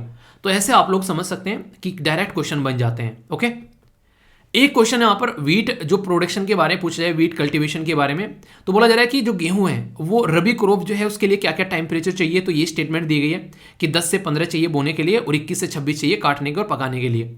रेन कितनी होनी चाहिए, ये 150 से लेकर 200। अगर इसको समझोगे तो आप लोग समझ जाओगे। मिट्टी कैसी होनी चाहिए यहाँ पर, खासकर जो एक नहीं सोयल जो मिट्टी होनी चाहिए वो लूमी होनी चाहिए। एक तरीके से आप लोग बोल सकते हैं दोमट मिट्टी और चिकनी मिट्टी टाइप में यहाँ पर देखने को मिलेगी। तो गंगा और सतलज वाले प्लेन में पाई जाती है। कौन सी स्टेटमेंट करेक्ट है, 1 2 2 3 1 3 या फिर all of the above. Interesting है, याद रखिएगा यहाँ पर ये जो मैंने यहाँ पर बता दिया ना, यहाँ पर ये जो पानी की जरूरत है यहाँ पर, ये स्टेटमेंट बिल्कुल गलत है। मैंने डिस्कस भी किया था ओनली, अगर बात करेंगे तो 75 से 100 सेंटीमीटर इतने में तो चावल उगते हैं जितनी ये बारिश बात कर रहे हैं यहाँ पर। ठीक है, तो आंसर सी हो गया यहाँ पर। ओके, सारी बातें समझाई थी आप लोग को एक एक कर, तो कोई भी कंफ्यूजन नहीं होना चाहिए। तो टॉपिक को ऐसे तैयार करना है कि करंट पता चल गया, स्टैटिक पता चल गया, गवर्नमेंट की स्कीम पता चल गई, यूपीएससी में क्या क्या क्वेश्चन पूछे गए वो पता चल गए, आंसर राइटिंग में क्या क्या है वो पता चल गए। तो टॉपिक का हो गया स्वाहा। हुआ कि नहीं बताइए, कोई डाउट हो तो बताना, जहां पर डाउट हो उसको क्लियर करके ही जाना। हमारे देश में जब हम लोग मिसाइल सिस्टम के बारे में बात करते हैं तो सबसे पहले दिमाग में कौन इंसान आता है, बताइए, उनका नाम बताइए। Missile man of India APJ Abdul Kalam sir जो हैं, मतलब सबसे पहले एक तरीके से सोचिए अपनी पूरी ज़िंदगी जो है वो देश के लिए न्यौछावर कर दी। तो ये वाला डेडिकेशन कहीं आता है इंसान के अंदर में, भाई साहब सदियों में कोई कोई ऐसा पैदा होता है इंसान। तो इन्होंने पूरी ज़िंदगी देश के लिए न्यौछावर कर दी। बहुत ही डिटेल में पूरा आर्टिकल डिस्कस करूँगा, बहुत सारी बातें हम लोग डिस्कस करेंगे। पृथ्वी मिसाइल के बारे में भी आप लोगों से बात करूँगा। तो ये जीएस पेपर 3 जो साइंस एंड टेक और डिफेंस के साथ में आप लोग इसको कवर कर सकते हैं। उड़ीसा कोस्ट से यहाँ पर इसको लॉन्च किया गया सक्सेसफुली। ठीक है, तो ये काफ़ी इंटरेस्टिंग है। यहाँ पर अगर बात करें क्वेश्चन भी आप लोग ये बन जाते हैं, तो हम लोगों को क्वेश्चन भी देखेंगे क्या क्या क्वेश्चन है। बहुत सारी बातें यहाँ पर आप लोगों से डिस्कस करूँगा और आंसर राइटिंग में भी आप लोगों से चीज़ें पूछ ली जाती हैं कि हमारी कंट्री में जो इंडिया मिसाइल डिफेंस सिस्टम के बारे में क्या क्या प्रोग्रेस हुई है उसके बारे में आप लोगों से क्वेश्चन पूछ रहे हैं, तो आप लोग आंसर दे पाओगे। पहले देखते हैं कहाँ से लॉन्च किया गया और क्या क्या चीज़ें हैं, ताकि सारी चीज़ें आप लोग अच्छे से कनेक्ट कर सको। याद रखिएगा इसके बारे में, यहाँ पर उड़ीसा के द्वारा ये पहले इसका नाम व्हीलर आइलैंड हुआ करता था, पर लेकिन इसका नाम चेंज करके एपीजे अब्दुल कलाम आइलैंड कर दिया गया। तो ये उड़ीसा के अंदर में है, ये याद रखिएगा। पर्टिकुलर लोकेशन आप लोगों के सामने यहाँ पर बे ऑफ बंगाल में आप लोगों को ये आइलैंड देखने को मिलेगा। लोकेशन अगर आप लोग देखना चाहते हैं तो यहाँ पर ये आप लोगों के सामने एग्जैक्ट लोकेशन है इस पर्टिकुलर आइलैंड की। तो यहाँ से पर्टिकुलर ये जो मिसाइल वगैरह है यहाँ से लॉन्च की जाती है, जो उड़ीसा के अंदर आप लोगों को यहाँ पर देखने को मिलेगा। तो इसलिए इसके बारे में आप लोग याद रखिएगा, कल को क्वेश्चन बने तो कन्फ्यूजन आप लोगों को नहीं होना चाहिए। एक काफी शानदार और एक इंपॉर्टेंट प्रोग्राम है हमारे देश में, जिसको बोलते हैं integrated guided missile development programme. ये जो प्रोग्राम है किसके द्वारा यहाँ पर लाया गया, ताकि हमारे देश के ऊपर में जो भी शंका के बादल मंडरा रहे हैं उनको उखाड़कर फेंका जा सके। हमारी तरफ को कोई आंख उठाने से पहले सोच ले कि उसकी आंखों में मिसाइलें गाड़ दी जाएंगी। तो ये प्रोग्राम यहाँ पर हमारे देश में ब्रेन चाइल्ड है किसका, एपीजे अब्दुल कलाम सर का, यानी कि उनके दिमाग से उपजा हुआ यहाँ पर ये प्रोग्राम आप लोगों को देखने को मिलेगा। शानदार तरीके से प्रोग्राम परफॉर्म करता हुआ आगे बढ़ा। इसको अप्रूवल मिला था यहाँ पर 26 जुलाई ये 1983 में, और उस पर्टिकुलर ड्यूरेशन में इतनी सारी मिसाइल जो है वो डेवलप कर दी गई यहाँ पर। यानी कि हमारा देश जो है वो आज के डेट में सेल्फ सफिशिएंट है मिसाइल सिस्टम के अंदर में, दूसरे देश के ऊपर डिपेंडेंट रहने की हम लोग को जरूरत नहीं है। ऐसी भी मिसाइलें हमारे साथ हमारे पास में जो कि एक कॉन्टिनेंट से कॉन्टिनेंट तक मार करने वाली मिसाइल है, जिसको आप लोग अग्नि मिसाइल बोलते हो। अग्नि मिसाइल जो है, अग्नि मिसाइल में जो 5 अग्नि मिसाइल है वो एक ऐसी मिसाइल है जो कि 5000 से भी ज्यादा किलोमीटर तक वार करने वाली मिसाइल है, जिसके बेस पर हम लोग अपनी कंट्री को एक सही डायरेक्शन में लेकर चल सकते हैं। तो इस पर्टिकुलर सिस्टम के अंदर क्या डेवलप किया गया, पृथ्वी ये short range surface to surface ballistic missile है। अग्नि ये इंटरमीडिएटरी रेंज आप लोगों को देखने को मिलेगी surface to surface. Trishul sir ये आप लोगों को यहाँ पर short range low level surface to air.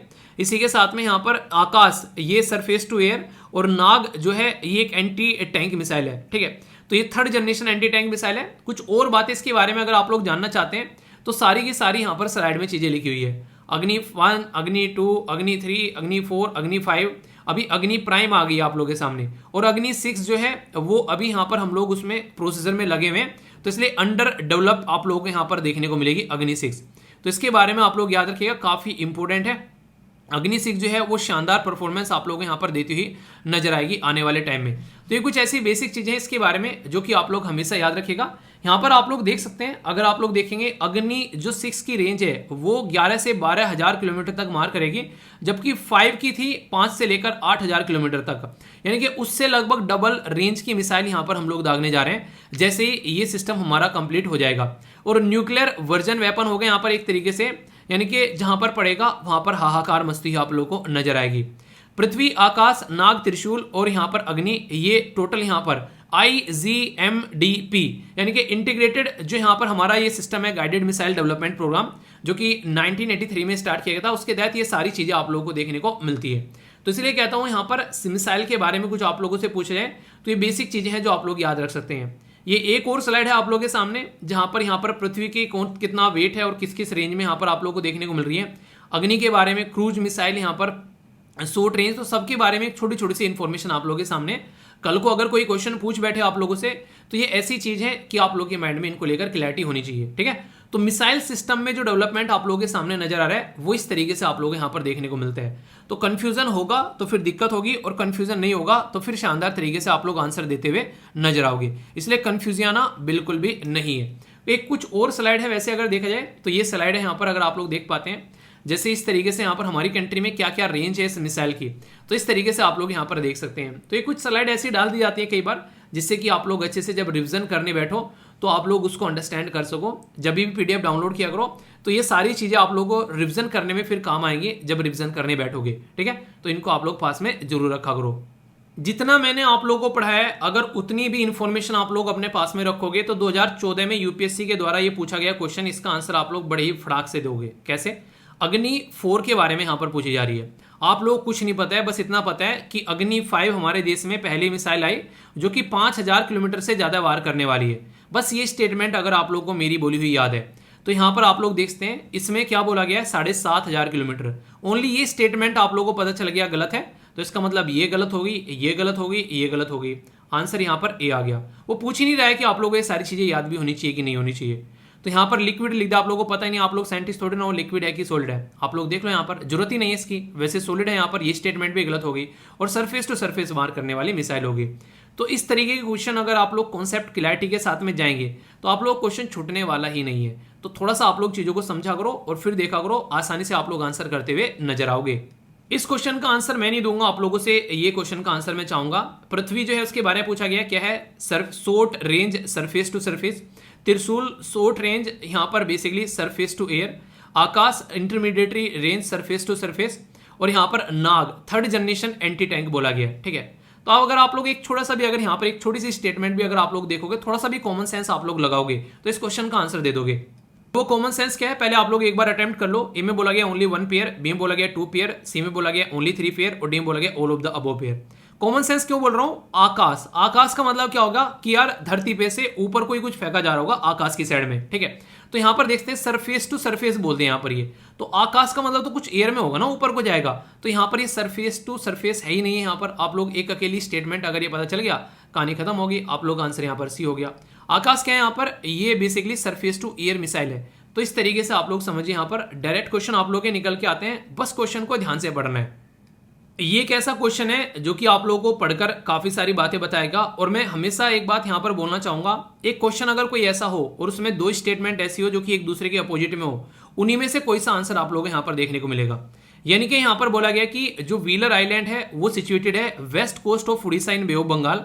यहां पर बोला गया व्हीलर आइलैंड है वो सिचुएटेड है east coast of Orissa in West Bengal, sorry bay of Bengal, यानी कि बे ऑफ बंगाल वाली साइड में। तो ये जो मैंने आइलैंड अभी आप लोगों को यहां पर दिखाया, तो आप लोग यहां पर जो इसको अगर देखोगे ध्यान से, तो ये कहां पर है, तो ये ईस्ट साइड में आप लोगों को देखने को मिलेगा। लोकेशन भी अगर आप लोग के माइंड में यहां पर इस तरीके से रहती है। तो आंसर क्या हो गया, आंसर डी हो गया। क्वेश्चन सही हो गया जी? नहीं, क्वेश्चन सही नहीं हुआ, इसने गलत पूछा है। तो यहां पर आंसर क्या हो गया, आंसर यहां पर इसका बी हो गया, इनकरेक्ट। बाकी के सारी की सारी स्टेटमेंट जो है वो करेक्ट है। कॉमन सेंस जो है बहुत मैटर करती है एग्जाम के अंदर में, वो जरूर ध्यान रखिएगा। ये जो क्वेश्चन है ये पृथ्वी मिसाइल के बारे में आप लोगों के सामने बोला गया है, कौन सी स्टेटमेंट करेक्ट है ये आप लोगों को बताना है। पृथ्वी जो है वो टैक्टिकल सरफेस टू सरफेस ये शॉर्ट रेंज क्रूज मिसाइल है। दूसरा बोला गया है कि जो पृथ्वी है वो फर्स्ट मिसाइल है जो डेवलप की गई थी अंडर IGMDP। तीसरा बोला गया पृथ्वी मिसाइल जो है वो पृथ्वी फर्स्ट जो है वो सर्विस में थी आर्मी के अंदर में 1994 से। तो सही आंसर क्या है यहाँ पर ये आप लोगों को बताना है। देखिए पूरा का पूरा मिसाइल डिफेंस सिस्टम जो है ना, ये अपने ही आप में एक नेक्स्ट लेवल की चीज़ है हमारे देश के लिए। अगर हम लोग बात करें तो इसके बारे में कोई भी क्वेश्चन अगर पूछे आप लोगों से, तो आप लोगों को इसके बारे में चीज़ें तैयार रखनी है, क्योंकि ये टाइम टू टाइम न्यूज़ में आता रहता है। तो टॉपिक जो होता है ना, जो रेगुलरली न्यूज़ में आ रहा है, आज आया फिर कुछ दिनों बाद फिर आ गया, अगर चीज़ें अच्छे से आप लोग तैयार कर लोगे तो फिर आप लोग उससे रिलेटेड क्वेश्चन को आसानी से एग्जाम में भी अटेम्प्ट कर पाओगे। तो इसलिए उस टॉपिक को आप लोग को बिल्कुल अच्छे से तैयार करके जाना है, ठीक है। अभी यहाँ पर हम लोग बात कर रहे हैं कि ये कौन सी स्टेटमेंट करेक्ट है, 1 2 2 3 1 3 या फिर डी। तो आंसर आप लोग बताइए, फिर मैं बताता हूँ। सही आंसर क्या है, वो है बी। क्यों? क्योंकि ये क्रूज मिसाइल नहीं है यहाँ पर, ये बैलिस्टिक मिसाइल आप लोगों को देखने को मिलेगी। अब जिसको समझ में नहीं आता है क्रूज और बैलिस्टिक में क्या डिफरेंस है, देखो क्रूज मिसाइल जो होती है ये ट्रेजेक्टरी के ऊपर रहता है कि कैसे छोड़ती है और कैसे टारगेट को हिट करती है। जो यहाँ पर बैलिस्टिक मिसाइल होती है वो पहले ऐसे जाती है इन्वायरमेंट से बाहर और फिर आकर टारगेट को हिट करती है। उसकी जो चाल है उसके बेस पर उसको बैलिस्टिक बोलते हैं। जो क्रूज मिसाइल होती है वो हवा में ऐसे यहाँ से ऐसे वार कर देती है, ठीक है। तो इनका जो बेसिकली सिस्टम है वो आप लोगों को डिफरेंस, जो इनका टारगेट है वो तो हिट करेंगे सेम, पर लेकिन इनका जो चलने का रास्ता होगा वो अलग होगा। ये पहले बाहर जाएगी फिर अंदर आएगी, और ये जो है यहाँ पर बेसिकली इन्वायरमेंट के अंदर ही अंदर काम करेगी, ठीक है। तो ये बेसिक चीज़ें हैं, तो कन्फ्यूजन आना नहीं है, कन्फ्यूजन होगा तो उसको दूर कर रहे हैं। और ये है आंसर राइटिंग का क्वेश्चन भी, तो बताना है कि नहीं, समझ में आ गया, कोई डाउट नहीं होना चाहिए। फीडबैक जरूर दे दिया करो, जैसा भी आप लोगों को लगता है। बेसिकली लाइक या डिसलाइक कर बता सकते हैं, और कहीं डाउट है तो आप लोग उसको पूछ भी सकते हैं, ठीक है। तो ये इससे क्या होता है, देखो फीडबैक की ना, फीडबैक में डेली बोलता हूँ फीडबैक दे दिया करो। फीडबैक मुझे नहीं देना होता है, बेसिकली वो आप लोगों को यूट्यूब को देना होता है, क्योंकि यूट्यूब जो है बेसिकली उसी के बेस पर डिसाइड करता है कि कैसी चीज़ें हैं। कई बार लेक्चर जो है आप लोगों ने देखा होगा उसको कई बार हटा देता है, कई बार उल्टी सीधी चीज़ें हो जाती हैं। तो आप लोगों को यूट्यूब को बेसिकली बताना होता है कि लेक्चर कैसा है, ठीक है। नोटिफिकेशन जिसको नहीं आते हैं वो आप लोग बेसिकली टेलीग्राम ज्वाइन कर लीजिए, नोटिफिकेशन आप लोगों को मिलते रहेंगे, ओके। तो ये था पूरा आर्टिकल, कन्फ्यूजन हो तो बताना, दूर किया जाएगा। आजकल सरकार जो है वो काफ़ी इंटरेस्टिंग वे में चीज़ों के प्रचार करती है, ताकि लोगों तक चीज़ें जो हैं वो डायरेक्ट नहीं, दिल से दिमाग में सीधी और दिमाग से दिल में घुसे। ये जो स्कीम है इसमें है प्रधानमंत्री नेशनल अप्रेंटिस मेला, यानी कि जो शब्द मेला जोड़ा गया है, नॉर्मली मेले में क्या करने जाते हैं हम लोग, एंजॉय करने, खाने पीने, मतलब मस्ती करने, ठीक है। पर लेकिन यहाँ पर मेला शब्द ऐड कर दिया गया ताकि लोग जो हैं इस पर्टिकुलर शब्द को लेकर इस स्कीम की तरफ को अट्रैक्ट हों। तो ये जो मेला है ये 242 डिस्ट्रिक्ट में इंडिया के अंदर में आप लोगों को देखने को मिलेगा। इसको आप लोग रोजगार मेला भी बोल सकते हो, पर लेकिन ओनली रोजगार नहीं, यहाँ पर रोजगार के साथ में आप लोग को लर्निंग भी मिलेगी, यानी कि अर्निंग प्लस लर्निंग, या फिर आप लोग बोल सकते हैं लर्निंग प्लस अर्निंग, ये अच्छा रहेगा। यानी कि सीखा भी जाएगा और उसके चलते पॉकेट मनी मिलेगी। तो गवर्नमेंट ऑफ इंडिया जो मिनिस्ट्री ऑफ स्किल डेवलपमेंट है उसका ये प्रोग्राम है जिसमें हम लोग पीएम नेशनल अप्रेंटिस मेले के बारे में यहाँ पर बातें कर रहे हैं। बहुत ही अच्छा और एक शानदार टारगेट है यहाँ पर। अभी आप लोग देखना 2026 तक का ये टारगेट है कि 60 लाख लोगों को यहाँ पर अपॉर्चुनिटी मिलेगी। 60 लाख लोग यानी कि 6 मिलियन लोगों को यहाँ पर एक तरीके से अपॉर्चुनिटी मिलने वाली है।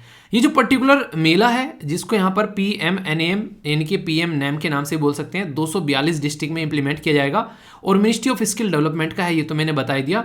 इसमें एलिजिबिलिटी क्राइटेरिया क्या है अगर ये मेला आप लोगों को एंजॉय करना है, तो इसमें बेसिकली क्लास 5 से 12 तक का पास आउट होना चाहिए पर्सन, उसको स्किल मिलेगी, ITI डिप्लोमा होल्डर या फिर ग्रेजुएट। तो यहाँ पर जो बहुत के candidate who are class 5 to 12 pass out और हैव स्किल्ड सर्टिफिकेट, उसको मिलेगा यहाँ पर स्किल ट्रेनिंग सर्टिफिकेट और ITI और डिप्लोमा और ग्रेजुएट, उसको आगे लेकर यहाँ पर चला जाएगा ताकि एक यूथ जो है वो मेन चीज के साथ में कनेक्ट हो सके। अगर बात करें गवर्नमेंट का तो एम ये है कि 1 मिलियन यूथ यानी कि 10 लाख यूथ हर साल जो है वो इस पर्टिकुलर सिस्टम के तहत ट्रेनिंग पाए। तो इसके चलते जो सिलेक्टेड इंडिविजुअल हैं उनको मंथली स्टाइपेंड भी दिया जाएगा अकॉर्डिंग टू जो भी गवर्नमेंट का क्राइटेरिया रहेगा उसकी स्किल के बेस पर। तो इसलिए मैंने बोला कि लर्निंग प्लस अर्निंग। तो यहाँ पर कहीं ना कहीं आप लोग बोल सकते हैं कि जब एक बार चीज़ में आप लोग महारत हासिल कर लेना तो पैसा कमाना फिर कोई बड़ी बात नहीं रहती है। आप लोग डॉक्टर को देख लो, वकील को देख लो, या किसी भी ऐसे इंसान को जिसके अंदर कोई स्किल है, मोची को देख लो। अगर एक शानदार मोची है किसी पर्टिकुलर एरिया में और वो भाई साहब जूते अच्छे से गांठता है तो फिर आप लोग देखोगे वो शानदार तरीके की परफॉर्मेंस देता हुआ आप लोगों को नजर आएगा। अभी मैं आप लोगों को बताता हूँ, अभी जूता जो था जो खासकर रनिंग वाला है, मतलब यानी एक तरीके से जो जाली होती है ऊपर से, मतलब जूता पूरा का पूरा फिट है, उसकी जाली हल्की सी ऐसे छीने लगी वहाँ से। तो मैंने कहा यार जूता तो ऐसे ही पड़ा हुआ है अभी यहाँ पर ये, ठीक है, इसकी जाली छी गई, यहाँ पर इसका कुछ इलाज किया जाए। तो उसको मोची के पास में लेके गया मैं, जो भाई साहब उसने उसको इतने शानदार तरीके से फिट किया ना, मतलब एक कलाकार था वो। मैंने उससे पूछा कि मैंने कहा इसको ठीक कर दोगे क्या, मतलब पता चला ये पहनने लायक ही नहीं बचा। उसने बोला कि भैया हम पहले मुंबई काम किया करते थे, ठीक है, तो अभी हम लोग यहाँ पर आकर काम करना स्टार्ट किए हैं, तो मतलब एक तरीके से पता भी नहीं चलेगा, ऐसा कर देंगे। तो मैं देकर उसको चला गया, फिर मैंने आकर देखा तो उसने बंदे ने इतनी कलाकारी करी उसके साथ में, वो दिख ही नहीं रहा था कि यहाँ पर पहले ऐसा कुछ था। मतलब अंदर जूते के अंदर से जाकर उसने चीज़ों को चिपकाया, बाहर कुछ दिख ही नहीं रहा है। तो ये कहते हैं अपने काम में स्किल होना। तो ऐसे इंसान को मान लीजिए उसके जो है बेसिकली उसने जो उसके बोले थे, उसने बोले थे 20 रुपये, उसने इतना अच्छा जूता किया कि मैंने उसको 30 रुपये दिए। मैंने कहा चलो यार बहुत ही अच्छा कर दिया, मैं एक्सपेक्ट नहीं कर रहा था कि, मैंने कहा ये पहनने लायक भी बचेगा क्या, ठीक है। मैंने कहा चलो फिर भी कोई नहीं घर पे बैठ के अपना पहन के ना लेक्चर बना लिया करेंगे बैठ के अगर ज़्यादा नहीं हो गया, ओड हो गया कि हाँ फटे हुए कोई मिल गया तो ये कह रहा है कि अरे सिर वीर सर फटे हुए जूते पहन के घूम रहे मैंने कहा पता चला कुछ और ही चल रहा है, ठीक है। अगले दिन फिर एक अलग ही बातें चलने लगती है फालतू में, कई सारी चीज़ें। मजाक कर रहा हूँ, सीरियस मत लेना, ठीक है। तो मतलब कहने का ये था कि वो अच्छा जूता हो गया और अब भी रनिंग करने में पूरा काम दे रहा है, ऐसे आप लोग समझ सकते हैं, ठीक है। तो ये होती है स्किल। ओके, आगे चलते हैं। ये बहुत ही इंपॉर्टेंट एक ऐसी न्यूज़ है जो लंबे समय से देश के अंदर में आप लोगों को देखने को मिलेगी और सुप्रीम कोर्ट ने गवर्नमेंट को अल्टीमेटम दे दिया इसके लिए कि भाई साहब या तो आप लोग सुधरो नहीं तो सुधार दिए जाओगे। मतलब 1 रैंक 1 पेंशन को लेकर सुप्रीम कोर्ट ने बोला कि 15 मार्च तक का बचा हुआ माल पानी निपटा दो वरना फिर हम लोग देखेंगे। 1 रैंक 1 पेंशन है क्या? देखिए आज की डेट में मान लीजिए कोई पर्सन रिटायर हो रहा है, उसकी रैंक कोई ए रैंक पर है, वो उसको एक पर्टिकुलर पेंशन मिल रही है। पुराने टाइम पर कोई पर्सन रिटायरमेंट हुआ, उसकी भी रैंक जो है वो ए है, पर उसकी पेंशन आप लोगों को कम देखने को मिलेगी क्योंकि वो पहले रिटायर हो चुका है। तो ये जो पुरानी रैंक वाले लोग थे यहाँ पर, इनके द्वारा ये बोला गया यार सेम रैंक हमारी है, सेम रैंक उस पर्सन की है, फिर दोनों को अलग अलग हमको पेंशन क्यों मिल रही है? उस रैंक पर तो कम से कम पेंशन इतनी मिलनी चाहिए ना। पेंशन देने का बेसिक पर्पज था कि इंसान रिटायरमेंट के बाद भी अच्छी ज़िंदगी जी सके और वो बेसिक पे के हिसाब से दी जाती थी। पुराने टाइम पे बेसिक पे बहुत कम थी, पर लेकिन आज के टाइम पे अच्छी खासी मिल जाती है। तो इसीलिए इसको लेकर जो पुराने जो बेसिकली हमारे जो सैनिक थे वो आगे निकल कर आए और उन्होंने अपनी ये एक तरीके से यहाँ पर लोगों के सामने अपनी बातें रखी। तो कहीं ना कहीं ये एक्सेप्टेबल बात थी कि ठीक है हाँ यार मिलना तो चाहिए। तो तब से लेकर यहाँ पर ये 1 रैंक 1 पेंशन फंडा चल रहा था काफ़ी पुराना और गवर्नमेंट ने इसको एक्सेप्ट भी कर लिया। पर लेकिन अभी भी बहुत सारी दिक्कतें हैं जिनको ढंग से इंप्लीमेंट नहीं किया जा रहा है। तो लगभग 25 लाख के करीब पेंशनर हैं जिनको पेंशन की बात करते हैं, ठीक है। तो इसके ये एक ऐसा मुद्दा है जिसके ऊपर यहाँ पर बातें चलती रहती हैं, और जब जब इलेक्शन आता है तो मुद्दा और गर्मा जाता है। अब सुप्रीम कोर्ट ने साफ साफ बोल दिया कि भाई साहब इसका जुगाड़ करो आप लोग, ठीक है। 30 जो बेसिकली 2023 में 15 मार्च तक इसको निपटाओ, ताकि सबको यूनिफॉर्म पेंशन मिल सके, किसी को कम या ज्यादा ना। अगर उन्होंने एक तरीके से सेम लेंथ ऑफ सर्विस दी है, इरेस्पेक्ट ऑफ रिटायरमेंट की डेट कुछ भी हो, तो उसको उतनी ही कम से कम उसको पेंशन मिलनी चाहिए। तो रेट ऑफ पेंशन जो है उसको रिवाइज किया जाएगा पीरियोडिकली, ये बोला गया। पर लेकिन याद रखना, ऐसा नहीं कि कोई प्री मैच्योर तरीके से बीच में छोड़ के आ गया उसको पेंशन मिलेगी, उसके लिए नहीं है यहाँ पर ये। और रिटायरमेंट जिसका हुआ है यहाँ पर 30 जून 2019 तक का इसमें काउंट किया जा रहा है, ठीक है। तो ये कुछ बेसिक चीजें हैं, मतलब एक तरीके से इसके बारे में उनको भी खासकर पता ही होगा, खासकर जो आर्मी में है, जैसे मेरे फादर साहब जो हैं, कई बार इस मुद्दे पर बातें हो जाती हैं। तो ये चीज़ें ऐसी हैं कि आप लोग इनको समझ सकते हैं, ठीक है। तो काफ़ी बड़े मुद्दे हैं अपने ही आप में। दो कॉन्सेप्ट हैं यहाँ पर, एक को बोलते हैं लोरेंज कर्व और दूसरे को बोलते हैं गिनी कोफिशिएंट। इसके ऊपर क्वेश्चन पूछे आ चुके हैं और सर्च कर लेना, मैंने इसके ऊपर वीडियो भी बना रखी है, ये आप लोगों को मिल जाएगी। इसके ऊपर थोड़ा सा एक ओवरव्यू में आप लोगों को दूंगा, क्योंकि रिसेंटली अभी न्यूज़ में आया यहाँ पर, इसके चलते यहाँ पर बात की जा रही है कैसे हमारे कंट्री में इनइक्वलिटी होती है, और कैसे जैसे राइस और वीट के प्रोक्योरमेंट के बारे में बात की जा रही है। यहाँ गिनी कोफिशिएंट का नाम आ गया। गिनी कोफिशिएंट स्टैटिकल मेजर है जो कि रिच पुअर इनकम और या फिर वेल्थ डिवाइड के बारे में बात करता है। यानी कि इसकी जो रेंज होती है वो आप लोगों को 0 का मतलब होती है 0% और 1 का मतलब होता है 100%। तो 0 रिप्रेजेंट करता है परफेक्ट इक्वलिटी और 1 रिप्रेजेंट करता है परफेक्ट इनइक्वलिटी। तो वैल्यू अगर ओवर 1 है थ्योरेटिकली यहाँ पर, जो कि due to the negative income भी हो जाती है, तो नेगेटिव भी यहाँ पर 1 भी पहुंच सकती है। तो 1 का मतलब क्या है यहाँ पर, तो 1 का मतलब है इनइक्वलिटी, तो इनइक्वलिटी से भी और हाई पे पहुंच गया। तो गिनी कोफिशिएंट बिलो 0.4 जनरली कंसिडर किया जाता है टोलरेबल के, ठीक है। पर लेकिन इससे अलग जाएगा तो दिक्कतें होगी। तो इसके बारे में मैं थोड़ा सा आप लोगों को समझाता हूँ कि चेक कैसे करते हैं। जैसे मान लीजिए यहाँ पर अगर ये क्या हो गया, यहाँ पर परसेंटेज जो है इनकम में मान लीजिए 100%, मान लीजिए यहाँ 100 रुपये हैं, ठीक है। परसेंटेज ऑफ पॉपुलेशन 100 आदमी है, अगर 100 आदमी को 100 रुपये देने हैं तो आप लोगों को एक आदमी को 1-1 रुपया मिलेगा, और यहाँ पर ये लाइन जो है बिल्कुल ऐसे जाएगी, यानी कि बिल्कुल परफेक्ट इक्वलिटी है यहाँ पर। ये नॉर्मली अगर आप लोगों ने ट्रिग्नोमेट्री पढ़ी होगी तो 45 का एंगल होता है यहाँ पर, ये ठीक है। 45 का यहाँ पर ये हो गया, तो 90 का एंगल है, तो परफेक्ट इक्वलिटी की लाइन इसको बोलते हैं। पर लेकिन जैसे जैसे यहाँ पर ये लाइन जो है यहाँ पर ऐसे ऐसे आनी स्टार्ट होगी, तो इसका मतलब ये कि इनइक्वलिटी बढ़ना स्टार्ट होगी। यानी कि का क्या काम हो गया यहाँ पर कि कुछ लोगों के हिस्से में ज़्यादा चीज़ आ रही है और कुछ लोगों के हिस्से में कम चीज़ आ रही है, तो यहाँ पर अब इनइक्वलिटी होना स्टार्ट हो जाती है। तो जैसे यहाँ पर चीज़ें चेंज होती है तो ये पैटर्न चेंज होता है, आप लोगों को नजर आएगा। तो ये जो परफेक्ट जो यहाँ पर बेसिकली लोरेंज जो कर्व होता है, तो ये जो नीचे जो लाइन जाती है इनइक्वलिटी को दिखाती है, ये यहाँ पर बेसिकली लोरेंज कर्व होता है, ठीक है। और गिनी कोफिशिएंट क्या होता है यहाँ पर, ये बेसिकली आप लोगों को कैलकुलेट जब करना हो तो यहाँ पर जो ये पर्टिकुलर स्पेस है इसके बारे में हम लोग बात करेंगे और लोरेंज कर्व से डिवाइड कर देंगे, वो गिनी कोफिशिएंट आ जाएगा। इसको बेसिकली एक का मतलब क्या है, जैसे मैंने बताया ये है कंप्लीटली इनइक्वलिटी, ठीक है। तो इन इक्वेलिटी, और यहाँ पर अगर 0 है तो इसका मतलब है इक्वेलिटी।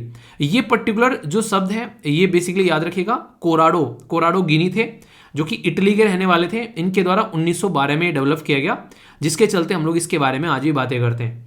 तो गिनी कोफिशिएंट के बारे में पूछे तो कोफिशिएंट तो बेसिकली निकालेंगे, एक तरीके की वैल्यू निकल कर आएगी, पर लेकिन जो यहाँ पर लोरेंज कर्व है वो इनइक्वलिटी को दर्शाते हैं यहाँ पर। तो गिनी कोफिशिएंट या गिनी रेशियो भी बोलते हैं इसको, ठीक है। तो ये आप लोग समझ सकते हैं। तो कंफ्यूजन नहीं होना चाहिए पर्टिकुलर कॉन्सेप्ट में, कंफ्यूजन रहेगा तो फिर दिक्कत रहेगी, तो कंफ्यूजन क्लियर होना चाहिए, ठीक है। तो ये बेसिक चीजें हो गई। यूनेस्को के द्वारा ओपन एक्सेस पब्लिकेशन के बारे में यहाँ पर बात की जा रही है। ये पर्टिकुलर जो टर्म है इसके बारे में भी आप लोगों को थोड़ी सी बताऊंगा बातें, ताकि आप लोग अंडरस्टैंड कर सकें अभी क्यों है न्यूज़ में, वो भी हम लोग बातें करेंगे। तो ओपन एक्सेस इसके बारे में समझते हैं। ओपन एक्सेस एक तरीका मूवमेंट है जो कि ऑनलाइन पब्लिकेशन के बारे में बात करते हैं। फ्री एक तरीके से अवेलेबल, फ्री ऑफ जो चार्ज है फ्री ऑफ चार्ज है, एक तरीके से कोई पे नहीं करना है, और free of most of copy writing और लाइसेंसिंग है। आप लोग ये समझिए, जैसे कि ये लेक्चर है आप लोगों के सामने, ठीक है। ये लेक्चर है यहाँ पर, ये फ्री ऑफ कॉस्ट है, आप लोग इसको देख पा रहे हैं आराम से, पर लेकिन ये कॉपीराइटेड फ्री नहीं है। यानी कि अगर इस कंटेंट को कोई गलत तरीके से बेचेगा कहीं पर ले जाकर, तो मैं उस इंसान के ऊपर कॉपीराइट स्ट्राइक दे सकता हूं कि भाई तुम ये कंटेंट क्यों यूज कर रहे हो, ठीक है। क्योंकि इस कंटेंट को बनाने के लिए जो मेहनत की गई है यहाँ पर वो एक तरीके से, तो उसमें कोई आकर इसको बेचने लगे तो ये कंटेंट किसका है, बेच कोई और रहा है यहाँ पर ये, ठीक है। तो इसको अधिकार किसको बेचने का है। अब मैं चाहूँ तो इस पर यहाँ पर डेली मैं बोलूँ कि एक लेक्चर का 1 रुपया लगेगा, तो मेरे को वो अधिकार है, पर लेकिन मैंने अपनी मेहनत जो है वो फ्री कर रखी है। क्यों? क्योंकि मुझे जो है बेसिकली लगता है कि ये चीज़ें ज़्यादातर लोगों तक पहुंचनी चाहिए। तो ये क्या हो गया, ये मैंने अपनी मेहनत फ्री कर रखी है, पर ये कंटेंट फ्री नहीं है। इसको अगर कोई यूज करेगा कहीं पर एक तरीके से अपने कोर्स में डालकर, तो उसको कॉपीराइट स्ट्राइक दी जा सकती है यहाँ पर आसानी से। पर लेकिन यहाँ पर जो कंटेंट फ्री है और मैं बोल दूं कि कोई भी इस वीडियो को ले जाए कहीं पर भी अपलोड कर ले, कोई दिक्कत नहीं है, ठीक है, कोई इस वीडियो के साथ में कुछ भी कर ले, तो मैं अगर अधिकार दे देता हूं तो यहां पर फिर इस वीडियो का इस्तेमाल किया जा सकता है, फिर इसके ऊपर कोई भी कॉपीराइट स्ट्राइक जो है वो नहीं लगी, क्योंकि मैंने अपना अधिकार दे दिया है, ठीक है। तो क्या हो गया तो एक तरीके से फ्री तो है ही ऑलरेडी, अब यहां पर इसके ऊपर कोई कॉपीराइट भी नहीं रहेगा, लाइसेंस भी एक तरीके से प्रोवाइड करा दिया, तो अच्छे से कोई भी इसका कंटेंट जो है वो यूज कर सकता है कहीं पर भी जाकर। तो इसको बोल दिया ओपन एक्सेस।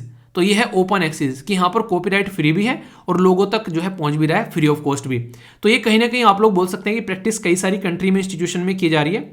खासकर अगर बात करें तो यहाँ पर बात आती है बुदापेस्ट ओपन जो एक्सेस इनिशिएटिव है, वहां से बातें निकल कर आई बर्लिन डिक्लेरेशन के तहत कि ओपन एक्सेस होना चाहिए। और ये ओपन एक्सेस की वजह से कहीं ना कहीं कोविड-19 की दवाई बनाने में बहुत फायदा हुआ, क्योंकि बहुत बड़ी बड़ी रिसर्च जो थी वो सबके सामने निकल कर आई, उसके ऊपर स्टडी के बेस पर हम लोग बहुत सारी चीजें सामने रख पाए, जिसकी वजह से आज की डेट में पॉजिटिव चीजें भी देखने को मिलती हैं, ठीक है।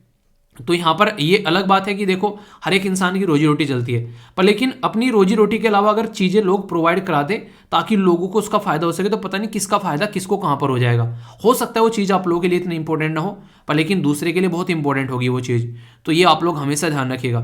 जैसे मैं आप लोगों को एक छोटी सी बात बताऊँ, यहाँ पर एक बच्चा था, उस बच्चे ने क्या किया था, जैसे मैंने आप लोगों को शायद ये स्टोरी पहले बताई थी, ठीक है। एक बच्चा था, उस बच्चे ने बोला कि सर मुझे किताब चाहिए, ठीक है। तो मैंने जो था उसको एक किताब दी, तो मैंने उसका एड्रेस लिया, उसको किताब सेंड करी। पर लेकिन कुछ दिनों बाद जो है वो किताब जो है उसके काम की नहीं रही, क्योंकि उसने क्या किया, उसने कुछ और करना स्टार्ट कर दिया, तो उसने वो किताब जो है वो रिटर्न कर दी मुझे, ठीक है। तो बोला कि सर ये किसी और के काम आ जाएगी।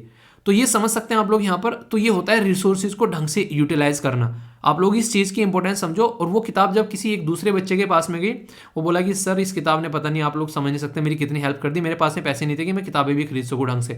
तो आप लोग यहाँ से अंदाजा लगाइए 1 मिनट के लिए, ठीक है। तो इसको कहते हैं कि उसके लिए वो किताब, क्योंकि उसने पढ़ा नहीं उसके लिए, पर लेकिन रिटर्न कर दी। तो ये यार आप लोगों के अंदर ना जो एक एथिक, जो कैरेक्टर आप लोगों के अंदर डेवलप हो रहा है, ये आप लोगों की स्ट्रॉन्ग दिखाता है कि कितने SLV मेंबर जो है वो कितने स्ट्रॉन्ग कैरेक्टर के बच्चे हैं। तो यहाँ से कहीं ना कहीं मेरा ना मन कहीं ना कहीं एक तरीके से प्रफुल्लित हो जाता है कहीं कभी कभी, जब ऐसी ऐसी चीज़ें मैं देखता हूँ कि मैंने कहा यार ऐसे भी है, वरना वो उस किताब को खुद भी रख सकता था, किसी और को भी बेच सकता था। पर यार यही ना, अपने अंदर ये कम से कम इतना कैरेक्टर इंसान को अपने अंदर रखना चाहिए, ठीक है, कि ये सारी चीज़ें कहीं ना कहीं ये कहीं ना कहीं घर से आती है निकल के, आइए कहीं ना कहीं उसकी जो परवरिश है उसकी वजह से वो चीज़ें आप लोगों को देखने को मिल रही है कि नहीं। आप लोगों की क्या राय है बताना जरूर। पर मेरा तो दिल जो है भाग भाग हो गया उस बच्चे की ये आदत देखकर। आगे चलते हैं। इंडियन नेवी के बारे में बात की जा रही है, और यहाँ पर बात की जा रही है स्प्रिंट के बारे में। तो यहाँ पर इंडियन नेवी में रिसर्च एंड डेवलपमेंट के बारे में कुछ बातें करेंगे, कुछ और बेसिक चीज़ें भी आप लोगों को जानने को मिलेगी, ठीक है। सबसे पहले तो इस फुल फॉर्म के बारे में आप लोगों को पता होना चाहिए, क्वेश्चन पूछा जा सकता है। बड़ी ही प्यारी सी और लंबी सी फुल फॉर्म है, ये सारी इसकी फुल फॉर्म है, यहाँ से लेके और आप लोगों को यहाँ तक देखने को मिलेगी, ठीक है। सपोर्टिंग पोल वेल, एक तरीके से वैलिडिंग जो इन रिसर्च एंड डेवलपमेंट, ठीक है। इसी के साथ में यहाँ पर innovation for defence excellence, naval innovation and indigenous organisation and technology development acceleration cell, ठीक है। तो ये आप लोग यहाँ पर बोल सकते हैं। तो मतलब कहने का यहाँ पर ये है कि एक तरीके से रिसर्च एंड डेवलपमेंट की बात की जा रही है, इंडिजिनसली चीज़ों में डेवलपमेंट की बात की जा रही है। 75th जो यहाँ पर एक तरीके से ये एम है कि डेवलप किया जाए 75 इंडिजिनस टेक्नोलॉजी, ताकि अपने देश में हम लोग नेवी के अंदर अच्छी सी चीज़ों को लेकर चल सकें। और इसी के साथ में नेवी के द्वारा साइन किया गया एग्रीमेंट सागर डिफेंस इंजीनियरिंग प्राइवेट के साथ में, ठीक है। तो काफ़ी अच्छा है यहाँ पर, ठीक है। तो एक तरीके से समझ सकते हैं, कई बार पूछ लिया है किससे रिलेटेड है, तो नेवल फोर्सेस से रिलेटेड आप लोगों को यहाँ पर देखने को मिलेगा। हम लोग अपने ही देश में अगर प्रोडक्ट बनाने लगे ना, तो दूसरे के ऊपर डिपेंडेंसी नहीं रहेगी, तो चीज़ें अच्छे से चल पाएंगी सारी, ठीक है कि मज़ेदार नहीं, बताइए। क्वेश्चन भी होंगे कई सारे। पहले हम लोग थोड़ी सी कुछ वन लाइन न्यूज़ देखते हैं, काफ़ी इंपॉर्टेंट रहती है, डायरेक्ट क्वेश्चन पूछ ले जाते हैं। ऑल इंडिया जो यहाँ पर एक तरीके से प्रिजाइडिंग ऑफिसर जो है असेंबली स्पीकर कॉन्फ्रेंस, ये जयपुर में आप लोगों को देखने को मिली। क्वेश्चन पूछा जा सकता है यहाँ पर, इसके बारे में याद रखिएगा। ओम बिरला जी जो है वो भी यहाँ पर आप लोगों को देखने को मिले, तो जिसकी वजह से यहाँ पर कई सारी और भी बातें निकल कर आ रही थी, ठीक है। इसी के साथ में road transport and highway minister जो है वो रोड सेफ्टी के बारे में बात करें, तो रोड सेफ्टी वीक जो है 11 से लेकर 17 जनवरी तक आप लोगों को देखने को मिलेगा। तो इसके बारे में बीच बीच में अगर जिक्र होता रहे तो समझ लेना कुछ चल रहा है, ठीक है, यानी कि इसके बारे में चल रही हैं चीज़ें। DRDO के द्वारा सक्सेसफुली यहाँ पर शॉर्ट रेंज बैलिस्टिक मिसाइल पृथ्वी जो सेकंड है वो मैंने डिस्कस किया आप लोगों से, कंफ्यूजन नहीं होना चाहिए।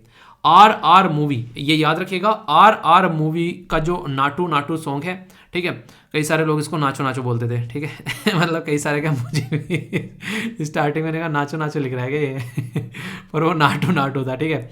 मूवी देखने के आगे पर, लेकिन नाटू नाचो समझ में नहीं आया था, ठीक है। तो ये है, तो यहाँ पर अब सॉन्ग जो है अब तो समझ में आ गया होगा सबको, अब तो कोई डाउट नहीं होना चाहिए कि एक शानदार परफॉर्मेंस के साथ में यहाँ पर ये सॉन्ग जो है अब आप लोगों के सामने इंपॉर्टेंट है। एक पर्सनैलिटी का नाम आप लोग याद रखिएगा, उनका नाम है बेसिकली MM, ठीक है, MM, ये है केरावानी, ठीक है।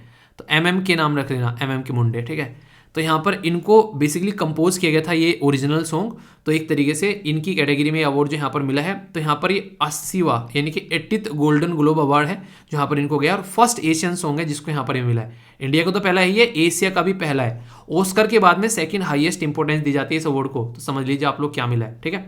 प्राइम मिनिस्टर मोदी जी के द्वारा यहाँ पर इनोग्रेट किया गया ग्लोबल इन्वेस्टर समिट इंदौर के अंदर में, तो इंपॉर्टेंट न्यूज़ है, ये याद रख सकते हैं। डिफेंस मिनिस्टर के द्वारा अप्रूव किया गया procurement indigenously anti tank missile, air defence जो मिसाइल है, ठीक है। तो ये हमारे देश के लिए कहीं ना कहीं अपनी सिक्योरिटी फोर्स को एक नेक्स्ट लेवल पर हम लोग ले जा रहे हैं, तो उसके लिए है ये। वर्ल्ड बैंक ने बोला कि फास्टेस्ट ग्रोइंग इकोनॉमी है भाई साहब, जल्दी हम लोग टॉप में आने वाले हैं। फास्टेस्ट ग्रोइंग इकोनॉमी अमंग 7 जो लार्जेस्ट इकोनॉमी है, यानी कि यूएसए हो गया, चाइना हो गया, फ्रांस, जर्मनी, ये सब, ठीक है। भारत पे जो है उसको इन प्रिंसिपल नोड मिल गया है, ई पेमेंट एग्रीगेटर लाइसेंस मिल गया। यहाँ पर इन प्रिंसिपल क्या होता है, यानी कि आगे जब भी तुम स्टार्ट करोगे कर लेना, तुमको अप्रूवल मिल चुका है, एक तरीके से बोल सकते हैं।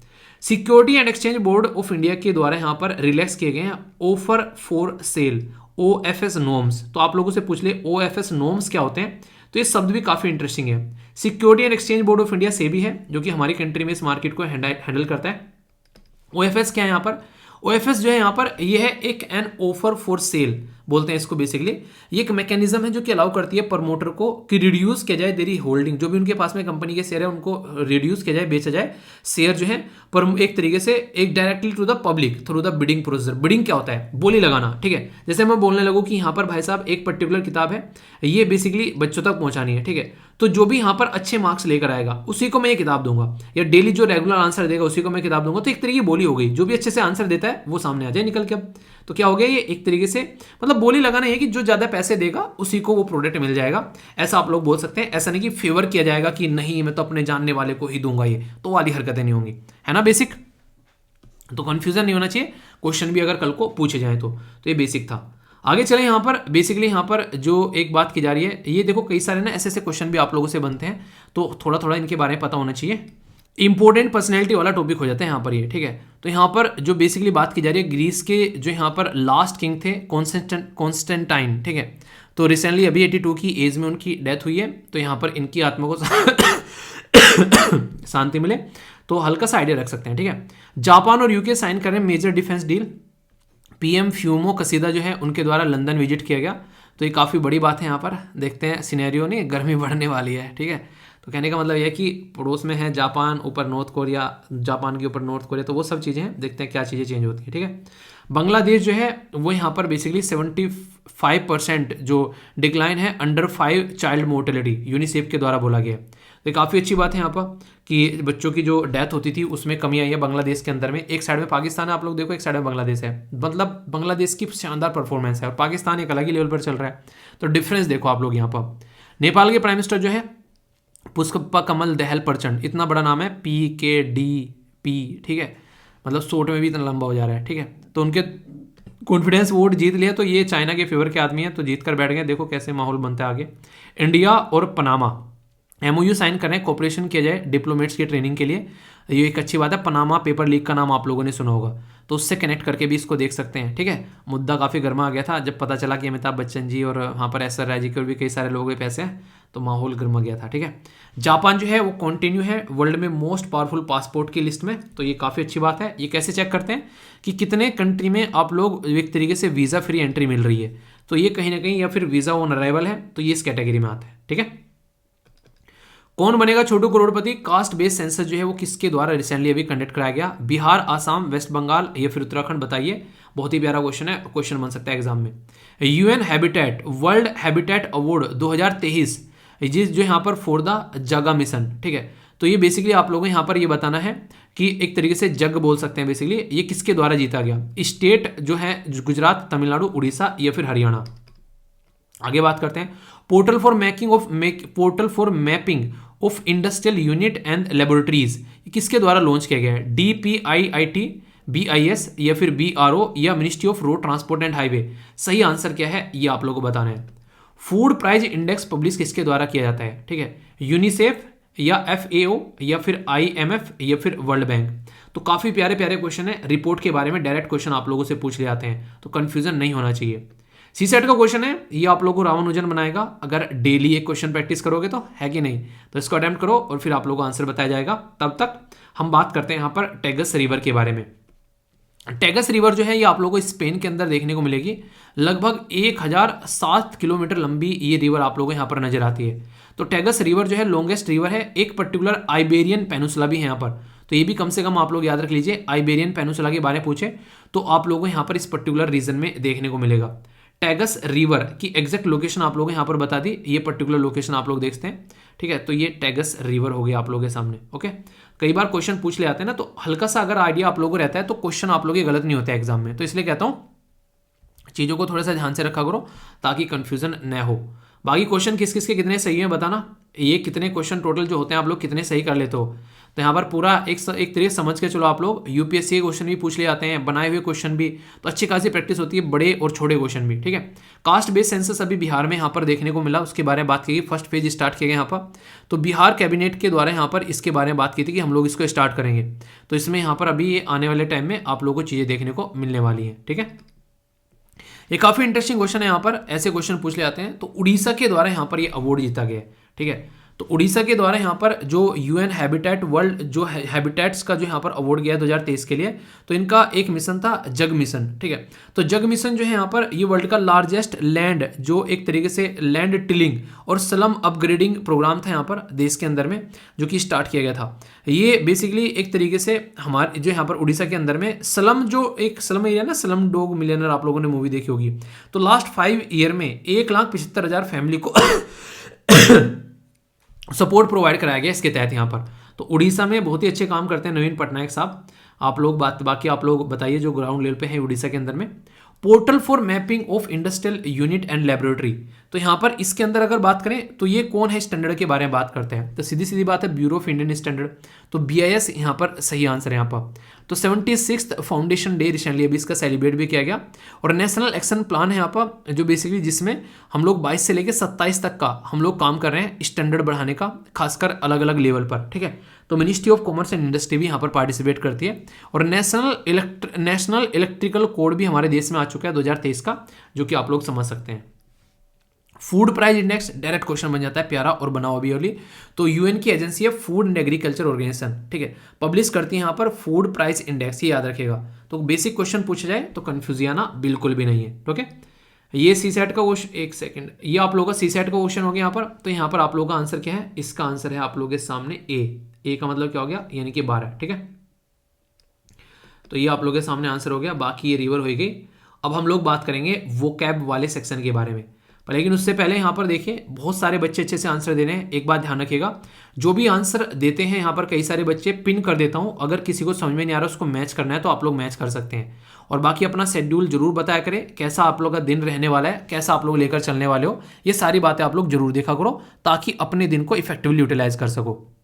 यहाँ पर कोई कंजूसी नहीं बरतनी है, अच्छे से इसके ऊपर सेंटेंस फॉर्म करने हैं ताकि अच्छे से चीज़ें याद रख सको। इंग्लिश बोलनी है ना, समझनी भी है? किस किस को फायदा हो रहा है इससे? अच्छा रियलिटी में बताओ, येस या फिर नो। अगर होता है तो बताओ यार, अगर नहीं होता है तो फिर मेहनत मत करवाया करो। ठीक है, होता है ना फायदा कोई भी चीज़ ना करने के लिए तैयार नहीं होना है। चीज फेयरिंग का मतलब होता है कंजूस, कंजूस मक्खी चूस, सुना है ना कि भाई साहब बहुत कंजूस इंसान है। तो एक तरीके से यहाँ पर जो कि मनी को बहुत ही अच्छे से यूटिलाइज करता है, आप लोग ऐसे बोल सकते हो। पर लेकिन कभी कभी तो इतना यूटिलाइजेशन अच्छा हो जाता है कि इंसान जो है जो जरूरत की चीज़ें हैं वो भी नहीं खरीदता है। तो इतना भी नहीं होना चाहिए। पैसा जो है जो बेसिकली खर्च करने के लिए बना है, कमाओ और खर्च करो, लाइफ के ऊपर अच्छे से एंजॉय करो। तो ये है यहाँ पर बेसिकली। ठीक है, तो सेंटेंस जरूर फॉर्म करना। एक शब्द आप लोगों ने सुना है पाली। पाली शब्द कौन कौन जानता है? पाली जो होता है बेसिकली हमारी साइड में क्या बोलते हैं, जो नहीं गायें भैंस वगैरह चराता है जैसे सड़कों पर, एक सड़कें मतलब एक तरीके खेतों में, उसको पाली बोलते हैं। ठीक है, तो कई बार आप लोग नॉर्मल भाषा में बोले तो गडरिया बोलते हैं, चरवाहा बोल देते हैं आप लोग यहाँ पर। एक शब्द है यहाँ पर ब्यूकोलिक। ठीक है, तो ब्यूकोलिक यहाँ पर शब्द यूज किया जाता है। एक तरीके से यहाँ पर जो इसको अलग तरीके से देखा जाए तो बोलते हैं कि एक पर्टिकुलर एक प्लीजेंट एक ऐसा एरिया जिसको देखने में सुखद महसूस हो। सिटीज़ में अगर आप लोग रहते हैं ना, गांव में जाकर देखना आप लोगों को सुकून मिलेगा, मतलब एक नेक्स्ट लेवल का आप लोगों को शांति ताजगी आप लोगों को देखने को मिलती है। लोग छोड़कर क्यों आते हैं? क्योंकि वहाँ पर इतनी अपॉर्चुनिटी नहीं है। हालांकि आज के डेट में तो आप लोग जैसे कि कहीं से भी चीज़ों को आप लोग बैठकर काम को कर सकते हो, तो एक अलग बात है। तो इस तरीके से आप लोग चीज़ें समझ सकते हो। तो अपने आप में काफ़ी, पर लेकिन उस साइड में आएंगे तो आप लोग को अर्बन एरिया, मेट्रोपॉलिटन एरिया देखने को मिलेगा, तो वो एक अलग चीज़ होती है। ठीक है, तो इसके समझ सकते हैं। तो ब्यूकोलिक वर्ड काफ़ी डिफरेंट है, शायद पहली बार सुना होगा, है कि नहीं। नेक्स्ट शब्द है यहाँ पर, ये है इंडेलिबल। ठीक है, तो यहाँ पर ये है बेसिकली एमिट, जिसको मिटाया न जा सके। ठीक है, तो एक तरीके से आप लोग बोल सकते हैं जिसको रिमूव न किया जा सके, ये एमिट हो गया। ठीक है, तो एक तरीके से आप लोग बोल सकें कई निशान लग गया, जैसे कि इलेक्शन में वोट डालने जाते हैं, कई महीनों तक आप लोगों को उंगली पर वो निशान देखने को मिलते हैं, देखना। ठीक है ना, है कि नहीं। कौन कौन ने रिसेंटली अभी वोट डाली है, देखना अपनी उंगली, देखो चलो अभी तो यहाँ पर ये एमिट निशान हो जाता है। ठीक है, तो इस तरीके से आप लोग इसको समझ सकते हैं। तो ये कुछ ऐसे शब्द होते हैं जो कि आप लोगों को देखने को मिलते हैं। तो ये इंडेलिबल वर्ड याद रखना। कोरस्केट क्या होता है यहाँ पर? उज्जवल होना एक तरीके से, यानी कि फ्लैश या फिर स्पार्क का एक तरीके से, स्पार्क नहीं बोलते हैं, स्पार्क हो गया, चमकीला एक तरीके से, लाइट फ्लैश, जैसे सेल्फी वगैरह लेते हो वो वाली बातें हैं यहाँ पर। तो ये सारी चीज़ें क्या होती हैं बेसिकली, एक तरीके से आप लोग इसको अंडरस्टैंड कर सकते हो। ठीक है, तो यहाँ पर एक तरीके से शब्द को आप लोग इस्तेमाल कर सकते हो। यहाँ पर अभी एक मैंने कल ना सर्दी के ऊपर एक जोक सुनाया था, मतलब एक जोक क्या एक तरीके से शेर व शायरी थी। एक बच्चा लिख रहा है, सर आज की ताज़ा खबर, ठंडी के कारण लड़कियों की नाक बहने लगी है, इसलिए लड़कियों की सेल्फी में गिरावट आ गई है मतलब कुछ भी सेल्फी में गिरावट तो लड़कों की भी आ जाती है, लड़के नहीं लेते क्या सेल्फी? हाँ, लड़के खैर कम लेते हैं, मैंने देखा है। ठीक है, लड़कियां ज़्यादा सेल्फी लेती हैं। तो चलिए कोई नहीं, नाक बहेगी तो और अच्छी सेल्फी आएगी है गलत तरीके से मत लेना, कई सारे थोड़ा सा गलत तरीके से ले जाते हैं। ठीक है, बंगलर का मतलब होता है बेसिकली, ये शब्द जो है ये भी अपने आप में काफ़ी इंपॉर्टेंट है। ठीक है, बंगलर क्या है? भूल करने वाला, यानी कि चीज़ों को भूल जाना। ए पर्सन जिसकी हैबिट होती है कई बार चीज़ें भूल जाता है रखकर, कि हाँ यार वहाँ रखी थी तो भूल गया। ठीक है, तो बंगलर बोल देते हैं। कई सारे लोग जो होते हैं एक तरीके से शौकिया रहते हैं, हाँ मस्त इतने रहते हैं ज़िंदगी में, उनको चीज़ें याद करने की जरूरत ही नहीं है। पर यहाँ पर ये सब थोड़ा सा डिफरेंट भी आप लोग इसको देख सकते हैं। ये एक तरीका होता है चीज़ों में गोलमाल करने वाला, चीज़ों को इधर उधर करने वाला बोल सकते हैं। ठीक है, अनेक तरीके से ब्लंडर करने वाला, तो यहाँ पर वो वाली चीज़ें भी आप लोग शब्द कह सकते हैं, बंगलर है बेसिकली। ठीक है, तो एक जानबूझकर चीज़ों को करने वाली बात भी यहाँ पर आ जाती है। ओके, तो ये था पूरा आप लोग का वोकैबलरी वाला सेक्शन। तो कोई डाउट नहीं होना चाहिए, वोकैबलरी भी हो गया, सीसेट भी हो गया, अपने छोटे क्वेश्चन भी, न्यूज़ भी हो गई, इंपॉर्टेंट न्यूज़ सारी, उनके क्वेश्चन प्रैक्टिस, आंसर राइटिंग के लिए आप लोगों को पता ही है कहाँ पे जाना है, तो वहाँ पर आप लोगों को पोस्ट कर दिया जाएगा। फिर से एक बात बोल रहा हूँ, जाते जाते इसको जरूर डाउनलोड करके, एक तो कॉन्ग्रेचुलेशंस SLV फैमिली का सिलेक्शन हो रहा है तो खुशी की बात है। दूसरा यहाँ पर आप लोग SLV प्लानर जो है उसको डाउनलोड करके जरूर रखना, और पानी के ऊपर टिक लगाना, मूड कैसा है वो अपना देखना, जिंदगी में अच्छी चीज़ों को लेकर चलना है। आई होप कि आप लोग के माइंड में इसको लेकर क्लैरिटी आई होगी। कोई भी कंफ्यूजन है तो उसको दूर करना है, फिर अच्छे से चीज़ों को लेकर चलना है, और फीडबैक जरूर दे दिया करो लेक्चर जैसा लगता है। PDF हिंदी और इंग्लिश में कहाँ से जाकर डाउनलोड करना है वो आप लोग को बताइए, सारे लिंक जो है वो वीडियो के नीचे आप लोग को मिल ही जाते हैं। तो आज का लेक्चर यहीं पर समाप्त करते हैं। बड़ों को नमस्ते, छोटों को प्यार, छोटी सी लाइफ एंजॉय करा। मिलता हूँ नेक्स्ट वीडियो में, तब तक के लिए जय हिंद।